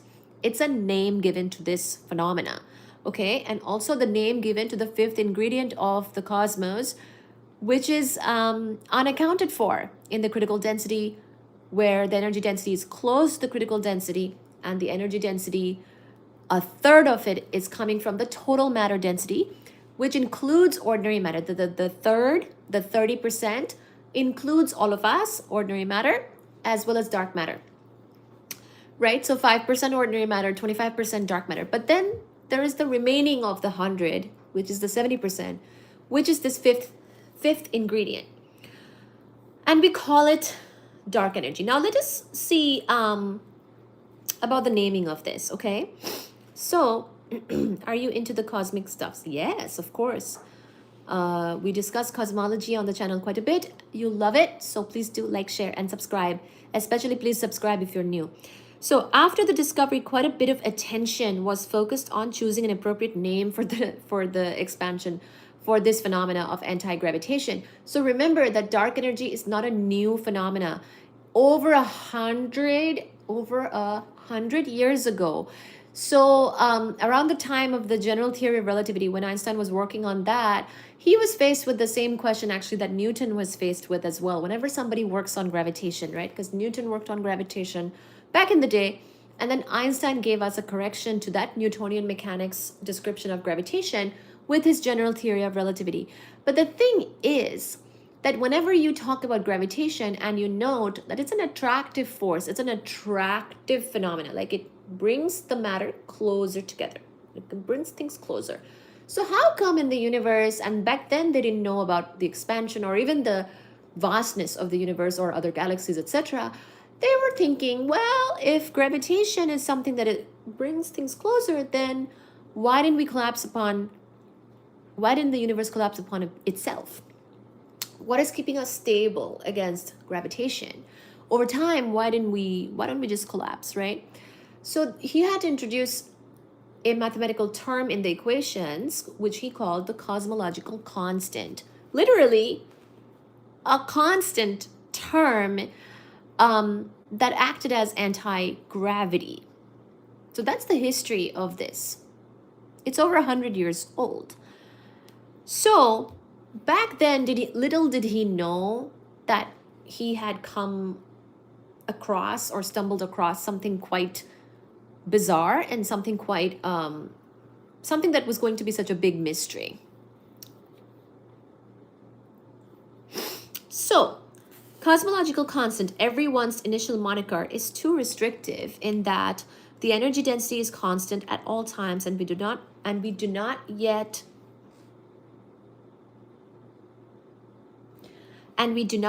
know that this is true of the dark energy. So basically, the author is saying that we could have kept calling the dark energy cosmological constant, which is what Einstein called it, but actually cosmological constant is a little restrictive, and now we've expanded our understanding of dark energy to the point where we don't necessarily think that constant is the way to call it. Variable cosmological constant fixes that problem, but introduces an inherent contradiction. Variable lambda, using the Greek letter reserved for the cosmological constant, is too obscure. So sometimes the cosmological constant is also denoted by lambda. So if you come across sort of any literature on this, you might see the dark energy topic, that is, you might see dark energy, you might see expansion, you might see cosmological constant, you might see lambda. All of these are basically talking about dark energy at this point, the way we know it. Quintessence is a good choice because it expresses the fact that after cosmological photons, baryons, neutrinos, dark matter, there is a fifth essence in the universe, and that is dark energy. Okay, so we're talking about the fifth quintessence essence of the universe, which is dark energy. Okay, the second set of evidence, so we talked about the energy budget, which is very close to critical, and we see that dark energy is occupying 70% of it. Now we talk about this other evidence. Yes, vacuum energy. Yes, that's another way to put it. Yes, Stefan just said vacuum energy. I assume non-reversible time was related to the expansion of the universe. Is the expansion still expanding? Yes, I believe it is. We are still expanding. We all believed the Big Bang is the start.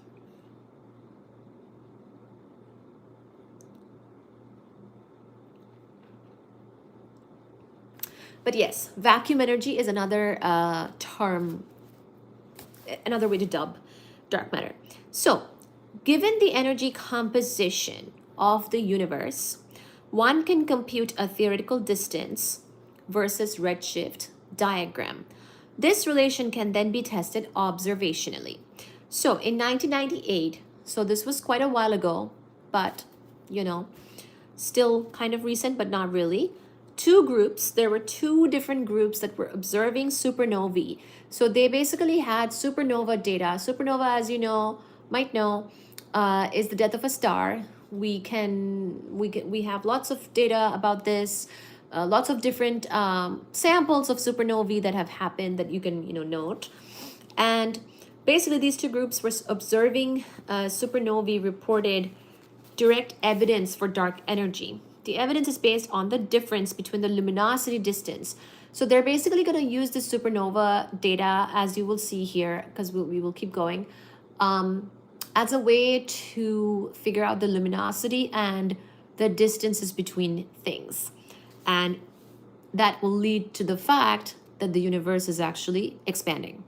So, and then we have also since discovered that the universe is not only expanding, the expansion is accelerating, blah, blah, blah. But this initial evidence, the 1998, 1999 evidence, this is important because this is when things started to get more clear. So the luminosity distance is larger for objects at high redshifts in a dark energy dominated universe. Therefore, objects of fixed intrinsic brightness will appear fainter if the universe is composed of dark energy. So basically, objects that you expect to have a certain luminosity, if they look fainter, that means that the thing that's making them fainter is the more distance, which is coming from the expansion, which is because of dark energy. So this is an evidence of dark energy. So let's keep going, how they did this. More concretely, so there's an example here which I think will help a lot. So more concretely, the luminosity distance can be used to find the apparent magnitude, small m, of a source with absolute magnitude, big M. So magnitudes, so this has to do with luminosity and how we kind of define things and measure things. So magnitudes are related to fluxes via the small m is -5/2 log f plus a constant. So this f is the flux. So since the flux scales as dl to the -2, the apparent magnitude small m is big M plus 5 log dl plus constant. So the convention is that small m minus big M is 5 log dl over 10 parsecs plus k, where k is a correction for the shifting of the spectrum into or out of the wavelength range measured due to expansion. The wavelength range measured due to expansion. Okay, the two groups of the people, that is observing those supernovae, they measured the apparent magnitudes of dozens of type 1a supernovae, which are known to be standard candles. Now, what do we mean by standard candles? These are objects or sources, basically, of light, sources of light. In this case, supernovae, they have nearly identical absolute magnitudes. So this absolute magnitude thing is obviously important in astronomy. This is something that they define, etc. But standard candles, as the name might suggest, it's sort of a way to know, okay, these two things have the same absolute magnitude and got it. Although they were able to place tight constraints on dark energy using the many supernovae that they detected, we can get a feel for the measurement by simply considering two of these. So let's consider two of these to walk through how they did this, okay? So consider supernova 1997 AP. So that's one supernova from their data. So supernova 1997 AP was found at a redshift Z of 0.83 with apparent magnitude of 24.32. And supernova 1992P, so another supernova, was found at redshift of 0.026 and an apparent magnitude of 16.08. So, since the absolute magnitudes of these are the same, so it turns out even though the apparent magnitudes are different, these are standard candles in the sense that they have the same absolute magnitude. The difference, because their absolute magnitudes are the same, the difference in apparent magnitudes is due solely to the difference in luminosity distance.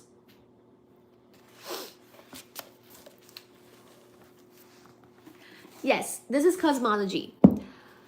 Okay, so the luminosity distance is given by, we have an equation for that. That's the 5 log dl, the 5 log dl. So we're gonna minus these two, the 24.32 and the 16.08. Apparent magnitudes will get the minus of that, okay? The nearby luminosity distance is independent of cosmology, simply equal to z over h naught.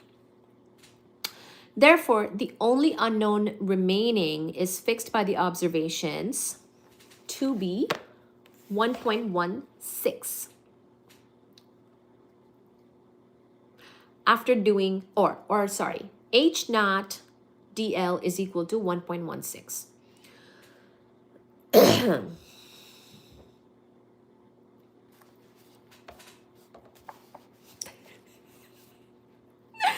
In a flat, matter-dominated universe, the luminosity distance out to z equal to 0.83 is equal to 0.95 h naught to the minus 1.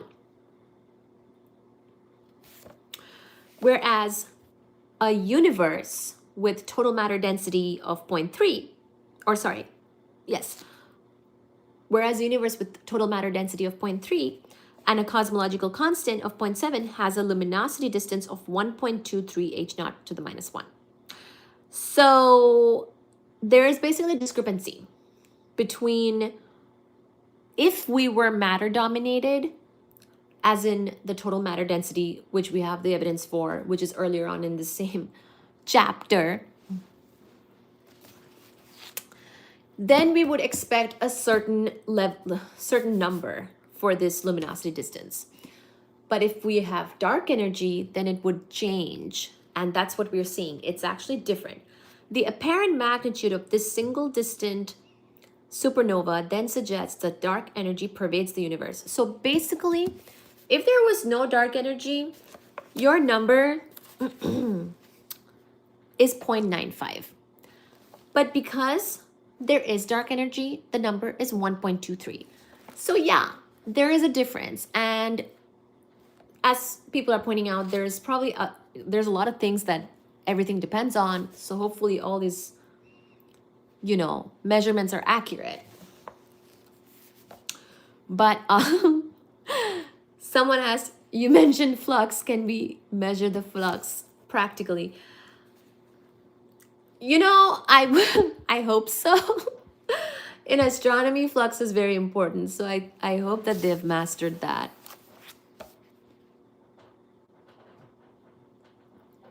So, of course, the discussion of the previous paragraph does not account for uncertainties. Ooh, look, typical uncertainties in the magnitudes are of order 0.2. Nor does it do a careful fit to all known supernovae, allow for extinction by dust. Okay. Or allow for the variation of the absolute magnitude correlation with the duration. The supernova groups did all of those things and emerged. So this calculation that we just went through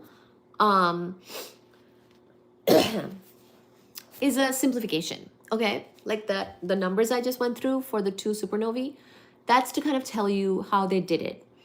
But then the groups that actually did the research, I would hope, and I think they did, do it much more carefully, and they used many supernovae in their data. So they accounted for, like, they used all the supernovae, the extinction by dust, all that stuff. They did all those things that they should have. The two free cosmological parameters are the matter density and a cosmological constant, something we now recognize as one possible form of dark energy. So the cosmological constant is basically one possible form of dark energy.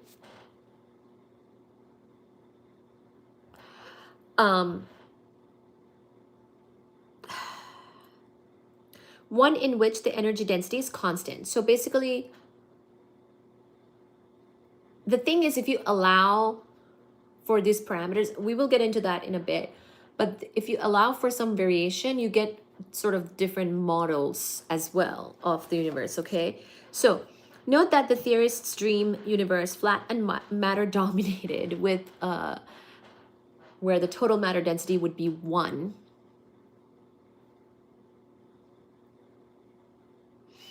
Let's stay focused. Hi, James. Hi.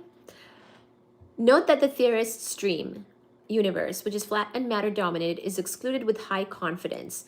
Indeed, even a pure open universe with matter density of 0.3 and lambda density, or the cosmological constant of 0, is strongly disfavored by the supernova data. So because of the supernova data, we basically, like, those discrepancies that were there, which basically tells us, yeah, no, this is not a matter dominated, because a completely matter dominated universe would mean that the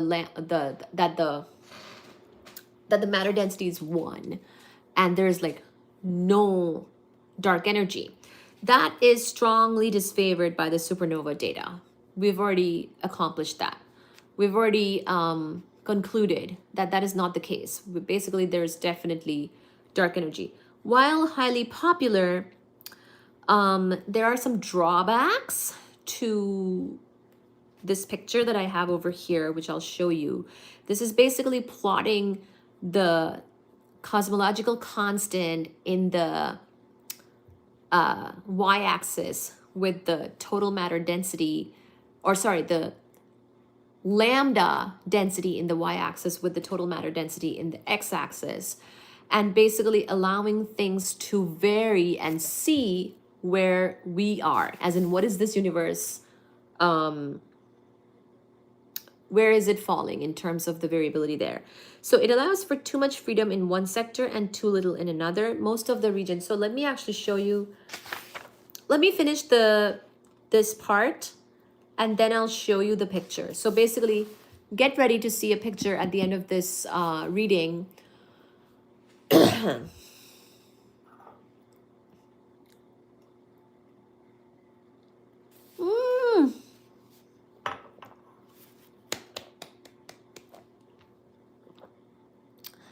Oh my God, Loki. Hi, thank you so much. Loki did a super chat. Oh, thank you so much. Let me read the rho is equal to EV is equal to MC. Oh, E equals MC squared. 4/3 pi r s cubed. Oh, I love it. Energy density decreases with increasing mass. Energy density decreases with increasing mass. Huh. Larger black holes are less dense. Thank you, Loki, for the... And I love the... I love the message. Oh my gosh. And I love this number, $9.99. Loki, thank you so much for the $9.99. So let me think about the equation you wrote. 4/3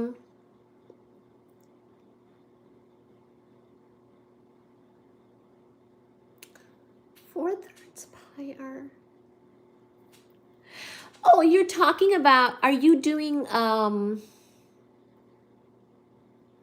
you dividing by a spherical volume?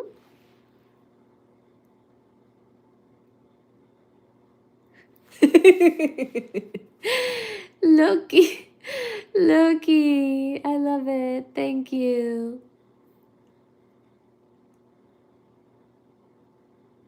Hi, James. Hi, James. How are you doing?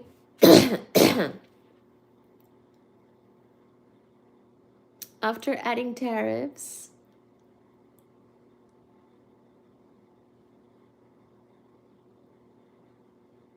But okay, thank you. Thank you so much for the super chat. Really helps me out. So at the end of the live, I'm going to show you this plot. But let me sort of summarize a little bit. In the y-axis here, or in the vertical axis, we have the density, the lambda density. Okay, so big rho lambda.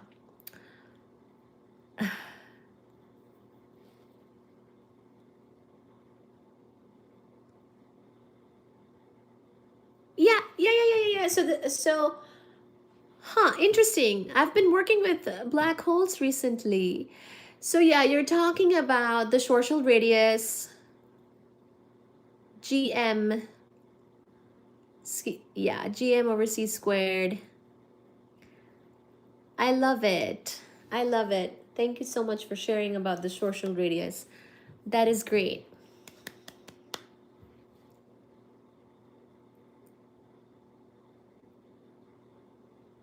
Two GM over C squared. Yes. Okay. So this plot that I'll show, it has rho lambda in the vertical axis. So that kind of stands for the density of dark energy, or the cosmological constant, or lambda. And then in the horizontal, we have matter density. So depending on how you allow these things to vary, you're basically going to either have maybe 68% dark energy, 90% dark energy, 95% dark energy, 99% dark energy in the universe, or maybe you would get a flat universe, or maybe you would get expansion forever, or maybe you would recollapse eventually. So basically all of this is to say that depending on how you vary these things, you actually get different cosmological models for the universe. In some cases, like because this is a model, of course, we want to come up with the models and we want to match it with the data and match it with the measurements so that what we see matches with the model and we know, okay, this is the model that is the right answer for the universe. But in cosmology, sometimes people can kind of play with these parameters and have various models of the universe. You can have a universe that is expanding more rapidly than actually our universe is. Or you can have a universe that will eventually recollapse, even though right now we don't think it will. Those types of things, okay? So that's what's going on here in that plot that I'll show you. Most of the region in this figure is taken up by a universe with both dark energy and non-zero curvature, not flat. Although one or the other of these has been argued for, seldom have cosmologists suggested that the universe contains both. Thus, except for the flat line and the rho lambda equal to 0 line, most of the region of this plot is at least aesthetically unappealing. The figure allows for too much freedom. Basically, this looks a little bit too nutso. We've gone too far. On the other hand, the only form of dark energy budgeted for is the cosmological constant. To open up other possibilities, there is a different way of plotting this, which is basically this equation of state versus the total matter density. So what we consider now, the only to open up other possibilities, we're going to consider a different equation. And this is basically the partial rho partial t plus a dot over a 3 rho plus 3p equal to 0 equation. This is basically evolution of energy. So we went back to page 37, evolution of the energy, and we grabbed this equation, which is basically giving us the conservation law in an expanding universe. Okay, so if we do this, the only way for this equation to be satisfied with constant energy density is if the pressure is equal to negative rho. Right, because P was pressure. Well, frick. That's right. D rho,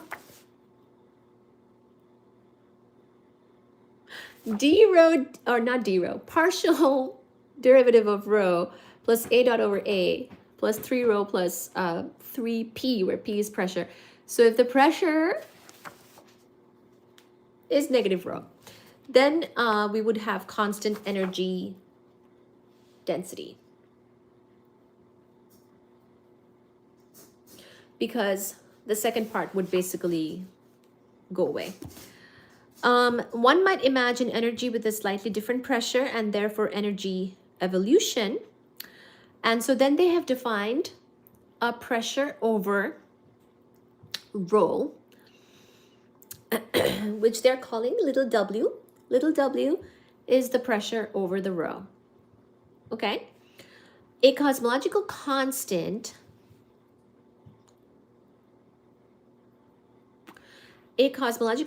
corresponds to W equal to -1, matter to W equal to 0, and radiation to W equals 1/3. With this new freedom, let's see what the supernova data imply for the equation of state of the dark energy if we fix the universe to be flat. So I'll show you this equation of state plot as well. Hi, Barry.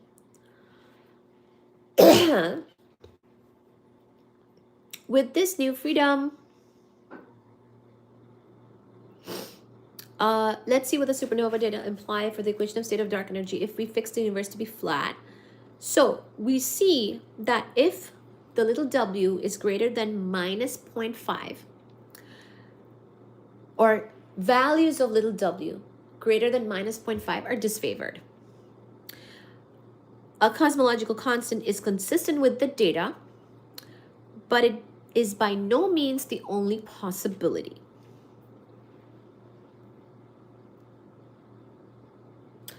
Then we're saying if the little w is constant, this expression agrees with our knowledge of the cases explicated above, which are 1/3, 0, and -1. So basically there is some room for this little w to change, and it will correspond to different levels of dark energy.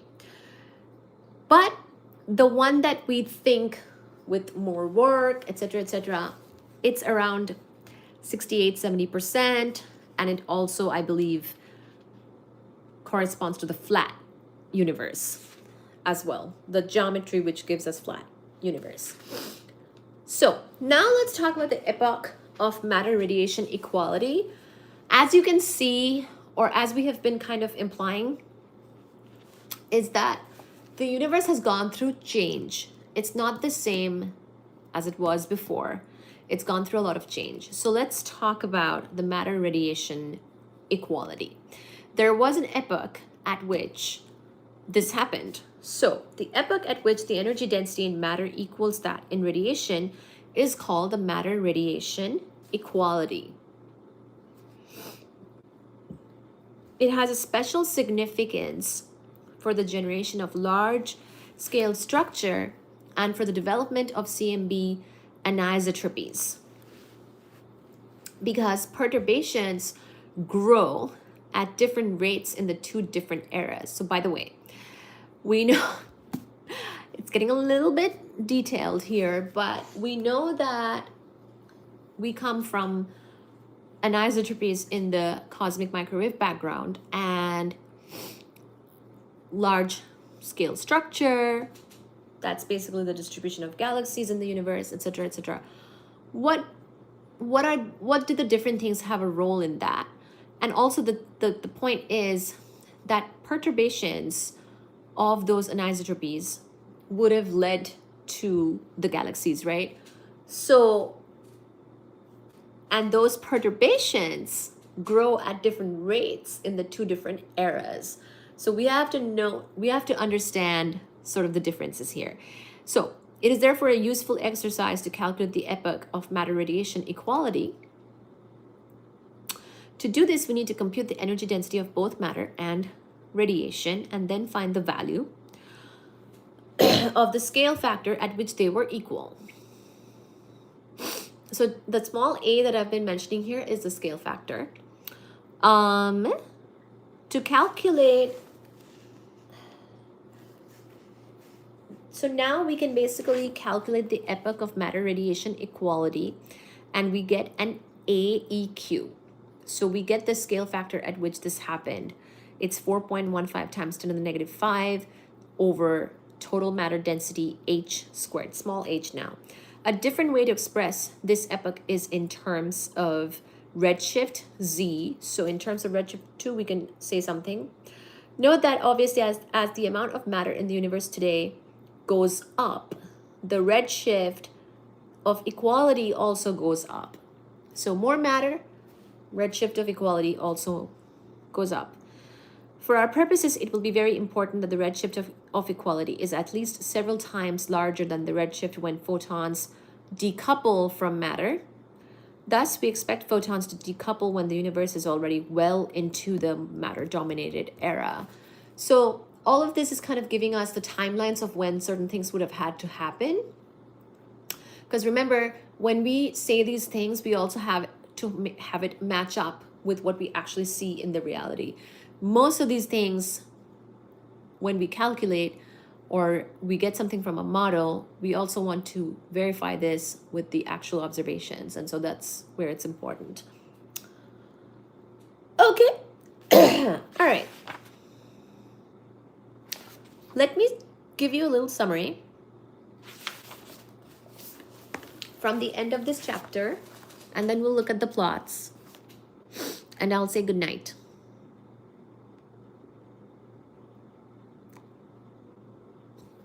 She looks Italian. I'm Italian. I'm Belgian.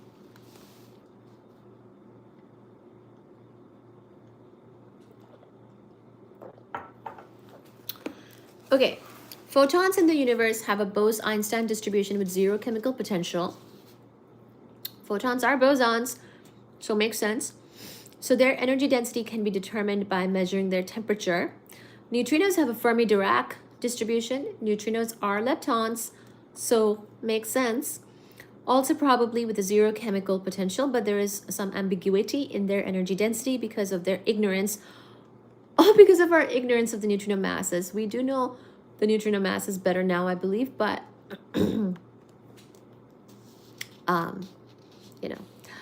Early on, this ambiguity is irrelevant since the temperatures are so much larger than the masses, and neutrinos behave relativistically. Thus, the uncertainty in neutrino mass does not affect Big Bang nucleosynthesis at temperatures of order 1 MeV, and probably not even the epoch of matter radiation equality as at temperatures of order 1 eV.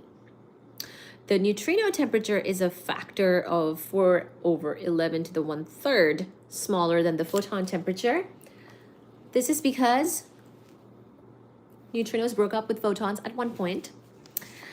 This and the difference in statistics implies that a species of massless neutrinos has an energy density equal to 0.23 times that of photons. A single neutrino generation with mass mu contributes some density, whatever, it does contribute to the energy density of the universe. A single neutrino generation, in addition to photons and neutrinos, the universe consists of baryons, best determined by nucleosynthesis to have total or rho baryon H squared of 0.0205, dark matter of 0.3, and dark energy of 0.7. So this is the part where actually I think it's like baryons are 5%, dark matter is 25%, and dark energy is 30% or 70%, but whatever. This dark energy thing is a new form of energy with negative pressure. Don't really know. She got a few Aussie accent, but Indian articulation. There is significantly more energy today in non-relativistic matter than in radiation. Right, because things have cooled down more. However, since the energy density of radiation scales as a to the -4, while that of matter as a to the -3, the very early universe was radiation dominated. We know that. The epoch at which the matter density was equal to the radiation density delineates these two regimes at a scale factor of 4.15 times 10 to the -5 over rho m h squared. Which is to say that we can calculate the scale factor at which this happened, which is fine. The exact value is not so important right now to take away. The takeaway is that we can calculate this from this type of math. Okay? Now, so basically, the way I would look at it is that depending on how you vary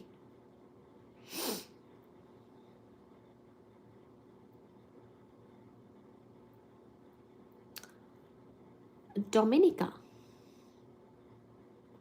I think she's just American, but doesn't really matter. American is different from Floridan. Oh my God.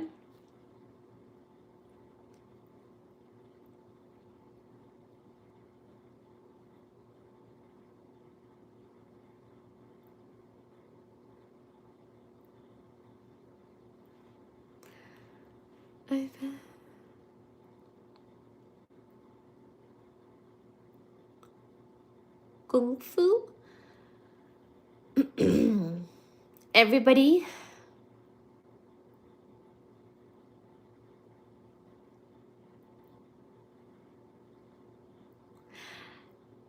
Hello, Japan. Okay, so don't say I'm getting sick. I hope not. Touch wood and evil eye remove. So the important thing to note is this book or any book, Beautiful Teeth 2. Are you the girl that was teaching physics on live a few days ago? Yes, I'm the same one. There's just the one me. I think I went live Monday or Tuesday. Yeah. Oh, that was me. That was me. The way to think of it is,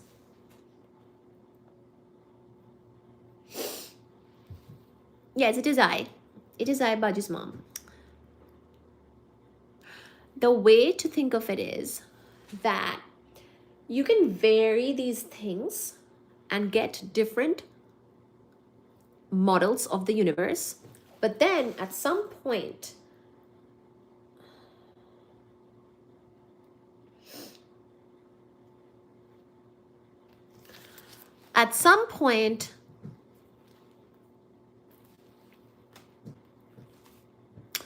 you want to compare what the model is saying to what you're observing. Like if you think that you observe a flat universe, then your model should match that. And things like that. Thank you, Stefan. Your smile is adorable. Do you believe aliens have visitors? I don't know. I don't know. I don't know.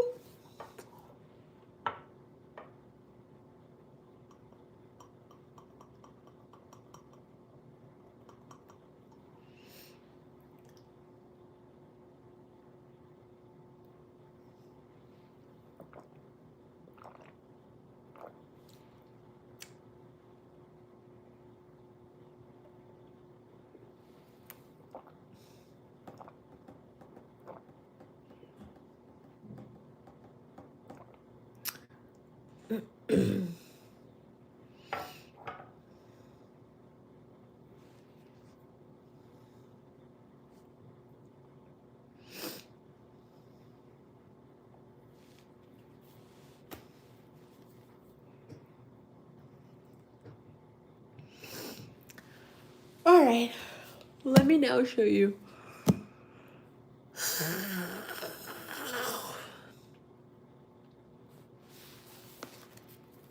Let me show you the plot, okay? This is the plot that I was talking about. This is showing you rho lambda, rho matter. So you can basically see the the variation of each one, what it leads to. So right here is where you would get a flat universe where lambda or the rho lambda is 0. And if you went like this, then you would expand forever. You could also recollapse eventually. And the 3 universe models, open, flat, closed. Okay, and see over here, there's some constraining of different things that they could have happened.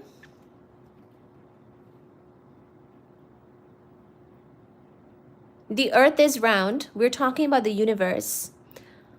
The earth is indeed round.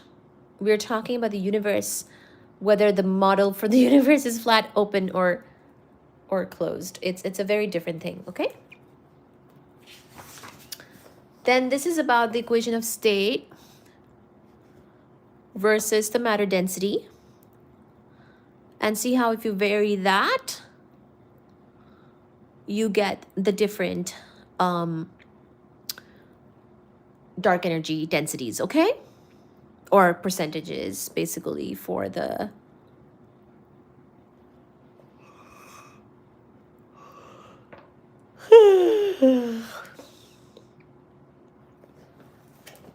let me read that for you, actually.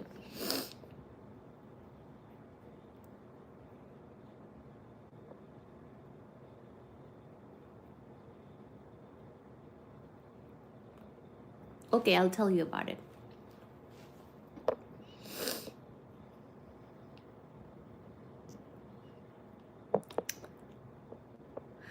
Thank you everyone for coming to this live and for liking and subscribing.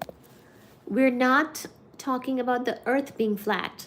I do hope after everything that we spoke of, you don't go away from this chat thinking that I said that the earth is flat. Indeed, it is not. The earth, very round. Okay? Maybe I should just keep things simple and be like, hey, just so you know, the earth is round.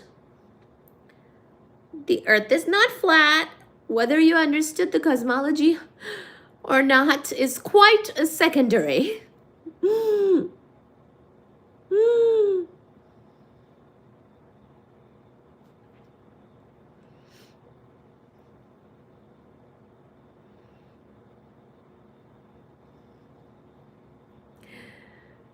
Oh, thank gosh.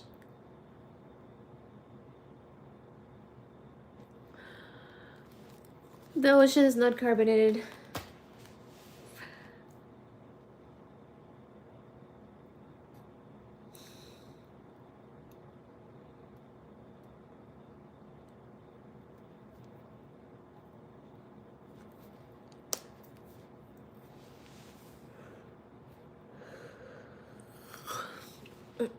Okay, sorry. I showed you the plots. If you didn't get much out of it, it's fine. I just want you to know that there are different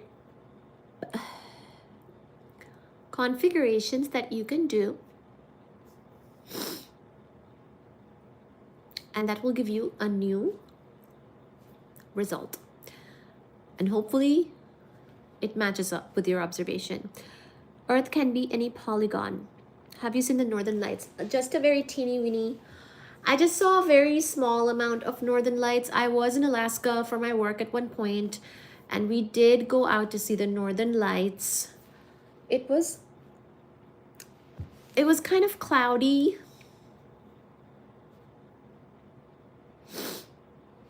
And I just glimpsed it very briefly.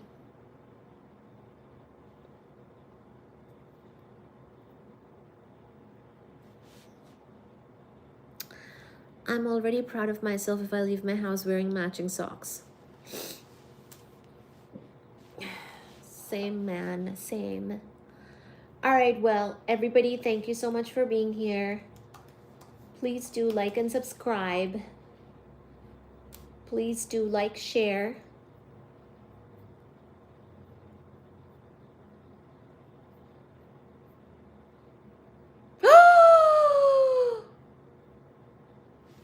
Oh my gosh, did someone do a super chat?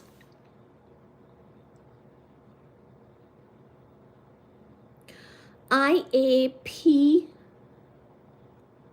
IAPETUS.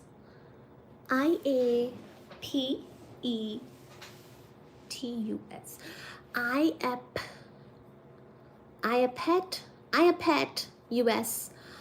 8888. Thank you for the $10. Oh my gosh. Oh. Wow. Wow, wow, wow. I am blown away. I'm blown away. It says J. J. J for Iapetus? I love it. I love it. I love a unique name. So many 8s in the name. Thank you. Iapetus. Thanks. I enjoyed. I am so happy you enjoyed. Thank you, darling. Thank you, my dear friend. Thank you. Kardashian? Who is that? Listen, now is the time to tell you guys. Can you explain Kardashian civilization ranking difference on the basis of energy produced and consumed? Can you explain Kim Kardashian's huge behind?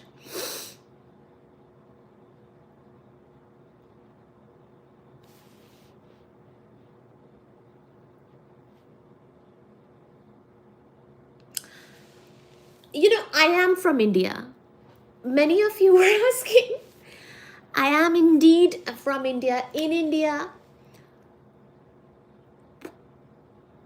the behinds are much smaller. There is a kitty cat right there. Somebody count. In India, our behinds are much smaller and we don't really aspire for tremendously large behinds. The aspirations in India are more to do with degrees, whether you have a large amount of them or not.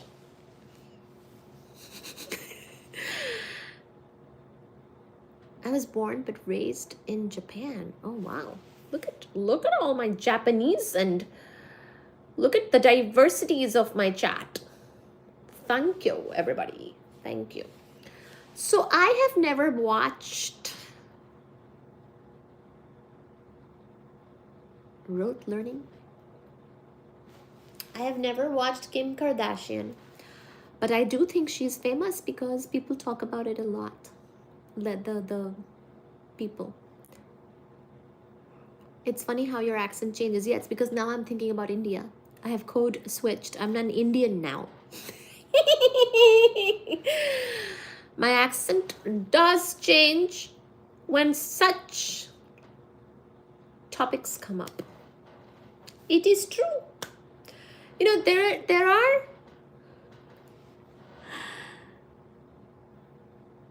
oh my god, what is this? Rockstar sent 10 Baji and physics gift memberships. Oh my god, are people becoming members now? Oh my god, oh my god, oh my god, what is happening right now? Nataraj Prince received a gift membership. Random guy received a gift membership. Oh my goodness, who did this? Rockstar! Wow. Rockstar V5Y. She's famous because she got railed on cam. Railed? What does that mean? Railway? Train? She's famous because she got railed on camera? Isn't that family famous because of some lawyer in some murder case? I spent my entire 20s studying physics, and so my general knowledge is a little low, especially about American history. So answer the history question of the Kardashians. I actually don't know. Isn't it some lawyer? I have never watched them. Actually, I have on Instagram, probably, because things come. She's famous because she got on camera. Okay. This is absolutely amazing. This stream's so entertaining and educational. Thank you, Bitter Culture. Thank you. What a miraculous magical experience we're having tonight all together.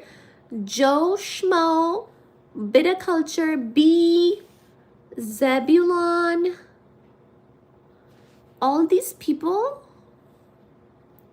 did they receive gift memberships? What does that mean? I don't even know what it means. But thank you. Thank you so much. If you guys are all members of me, thank you. I might even be able to do members only lives. I might be doing some members only lives. I think YouTube told me recently that I could do members only lives. Like I could do a normal live and then I could go into member live and have like member perks like that. So thank you so much. There is Sachi Mama. See, Sachi Mama is up top on that cat tree shelf. The wall shelf. This right here. This right here. But yeah, I was so busy in my 20s studying, school, work. I don't know a lot of general knowledge. I can also change my accent from Indian to British to Japanese to British to Japanese. Maybe it will help someone. I wish you all the best. Rockstar! Thank you so much, Rockstar. Is saying it will help someone. I wish you all the best. Oh, thank you. Thank you. Most thanks to Rockstar.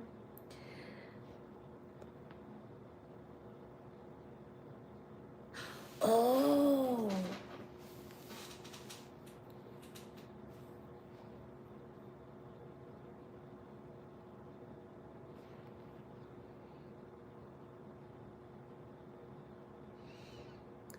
Go look at the sky.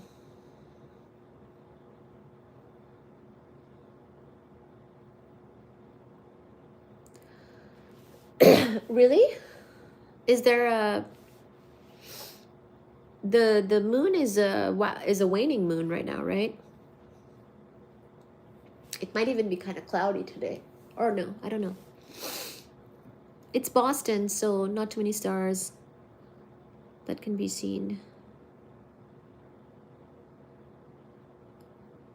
The dad was the lawyer. Yeah. Okay.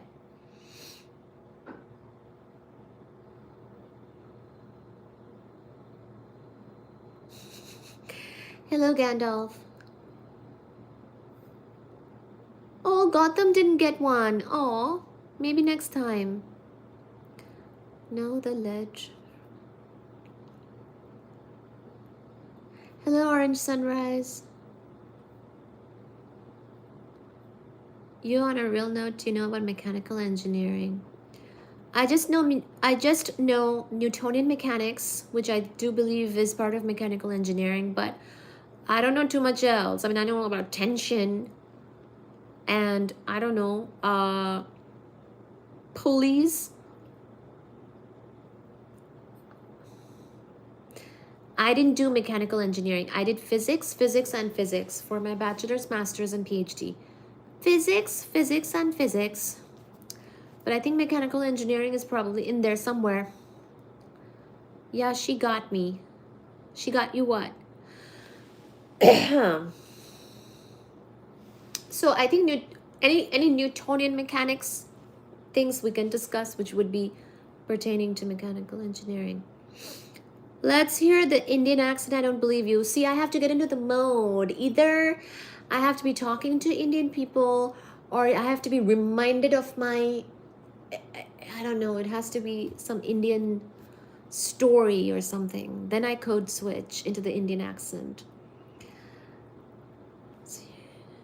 Many paths to money and not always a direct correlation between education, intellect, and the amount of money someone acquires. More of a value system favoring education. Thank you for liking the live. Are we supposed to click the green box?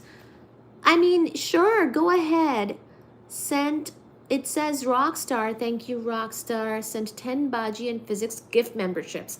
That is really, really generous of Rockstar. I think that is basically gifting 10 people a membership. Wow. Wow. Isn't your cat's name Sachi Mama? No, the moon was full yesterday. The moon was full on Monday, right? Isn't today Thursday? So the moon was full on Monday. Proof acquisition of money has little to do with education or intellect. Yeah, of course. Money is more of a... Yes, so her name is Suji, S-U-J-I, but then I call her nickname Sachi Mama.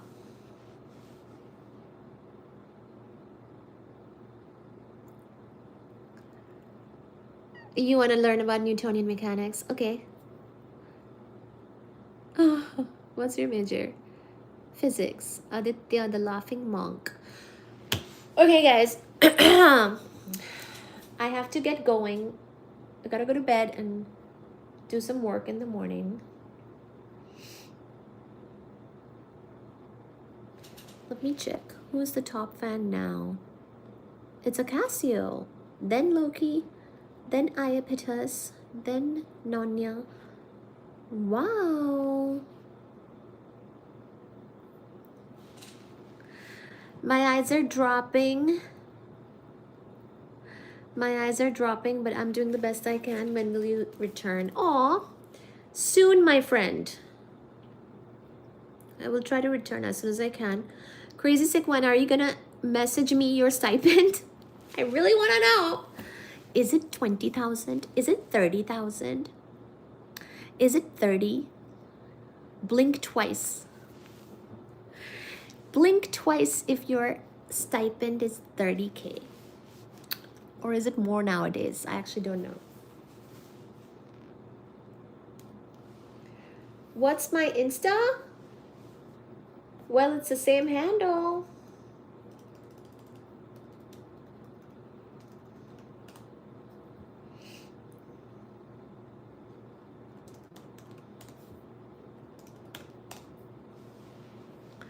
Don't send me anything dangerous on Insta, please. I'm Indian. Just you keep in mind, I'm coming from a very very traditional background. Don't send any kind of...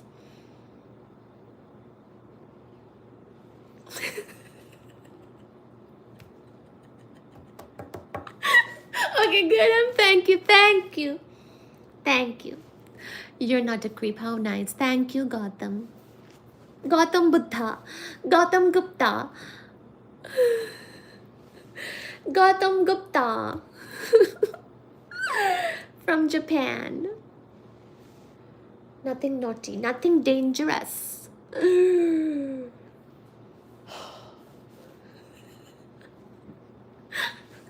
Some people are dangerous. I don't want to get blocked.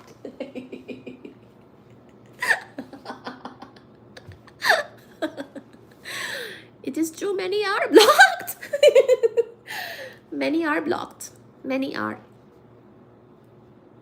Thank you. Many are like this.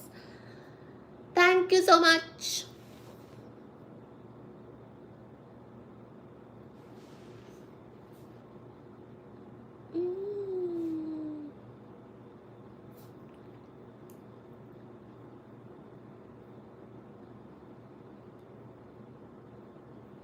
Oh yeah, I was gonna check something and I forgot.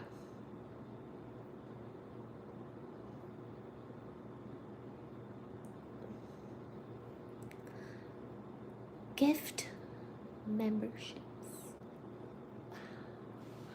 Gift memberships. That is the first time that I saw that. When I saw that.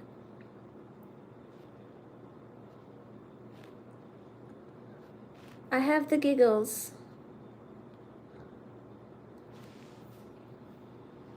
Don't scare me, DWA. Don't scare me. You have the giggles? Why? Can you explain this formula? Show me. Show me, show me. What do you mean? Giggles over what?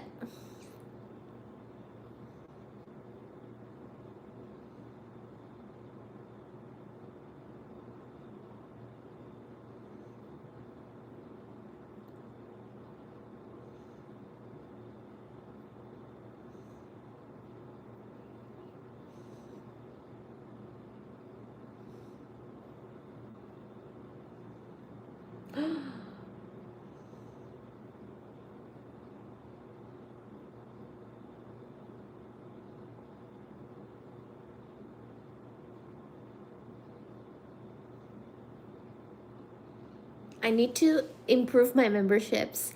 So members, please be patient with me. I will be improving my membership and membership related benefits very soon here, now that I have members. I have been meaning to post some exclusive content for the members and I need to get on that. So thank you so much for becoming new members. New members, please hold on. Please hang tight and don't go away.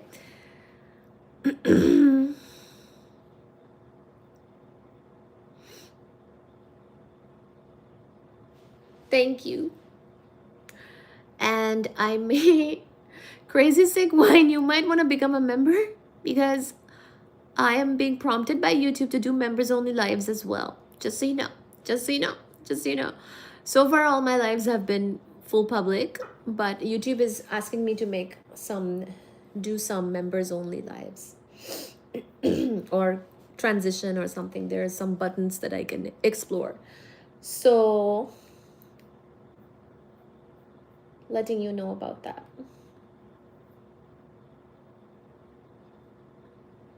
Wait a minute, what is this?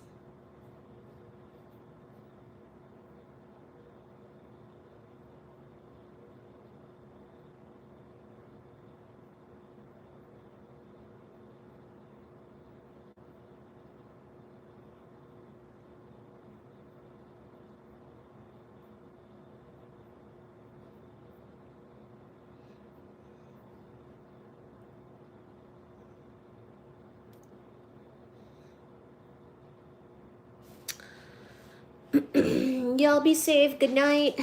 Good night, Ivan. Good night, Boo. La you dog. Love you, dog. What does Marichur mean? I don't know.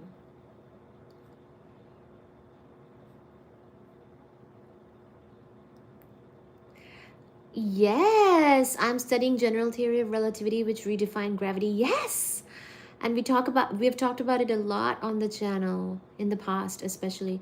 It is actually mind-blowing concept by Einstein. Yes, it is very mind-blowing. I love it too.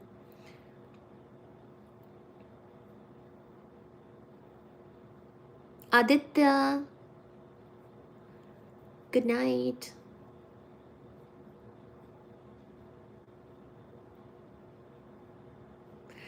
Rockstar, thank you and good night. Hi Priyanka, thank you.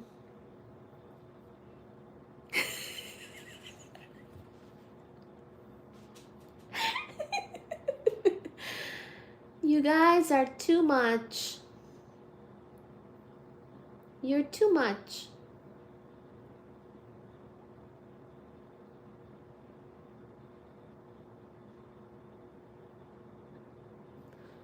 I'm looking at YouTube's live stream features and not understanding it fully, to be honest.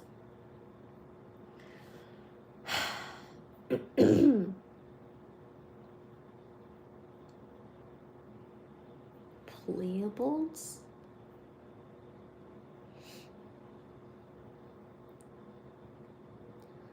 My pleasure, miss. Thank you. Where are you from? Where do you think, Priyanka? You say. You guess.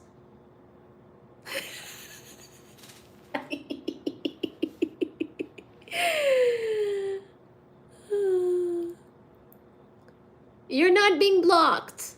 You can still message your question. Uganda. Yes.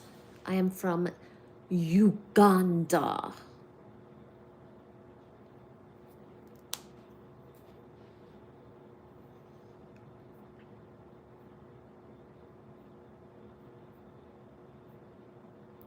AI powered? Apparently Gemini will help me to create highlights of my lives, which hopefully will give the right information highlighted and to make it into shorts. But I still don't exactly follow how that will happen. But thank you in advance, Gemini. mente.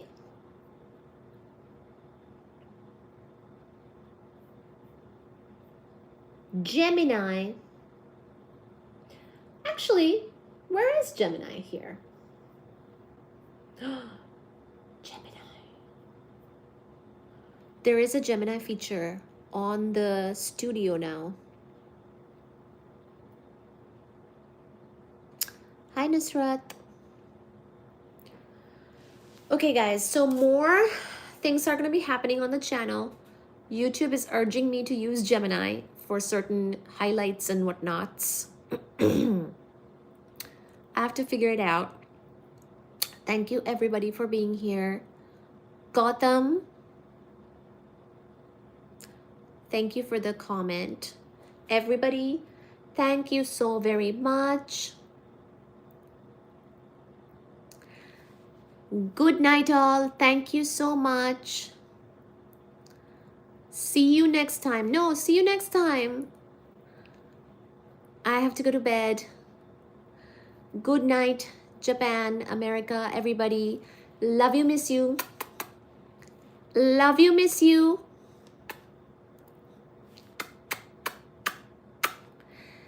Many flying kisses. Love you, miss you. Good night and see you so very soon. Adios.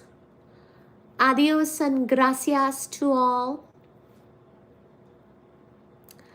Adios. Gracias. Good night.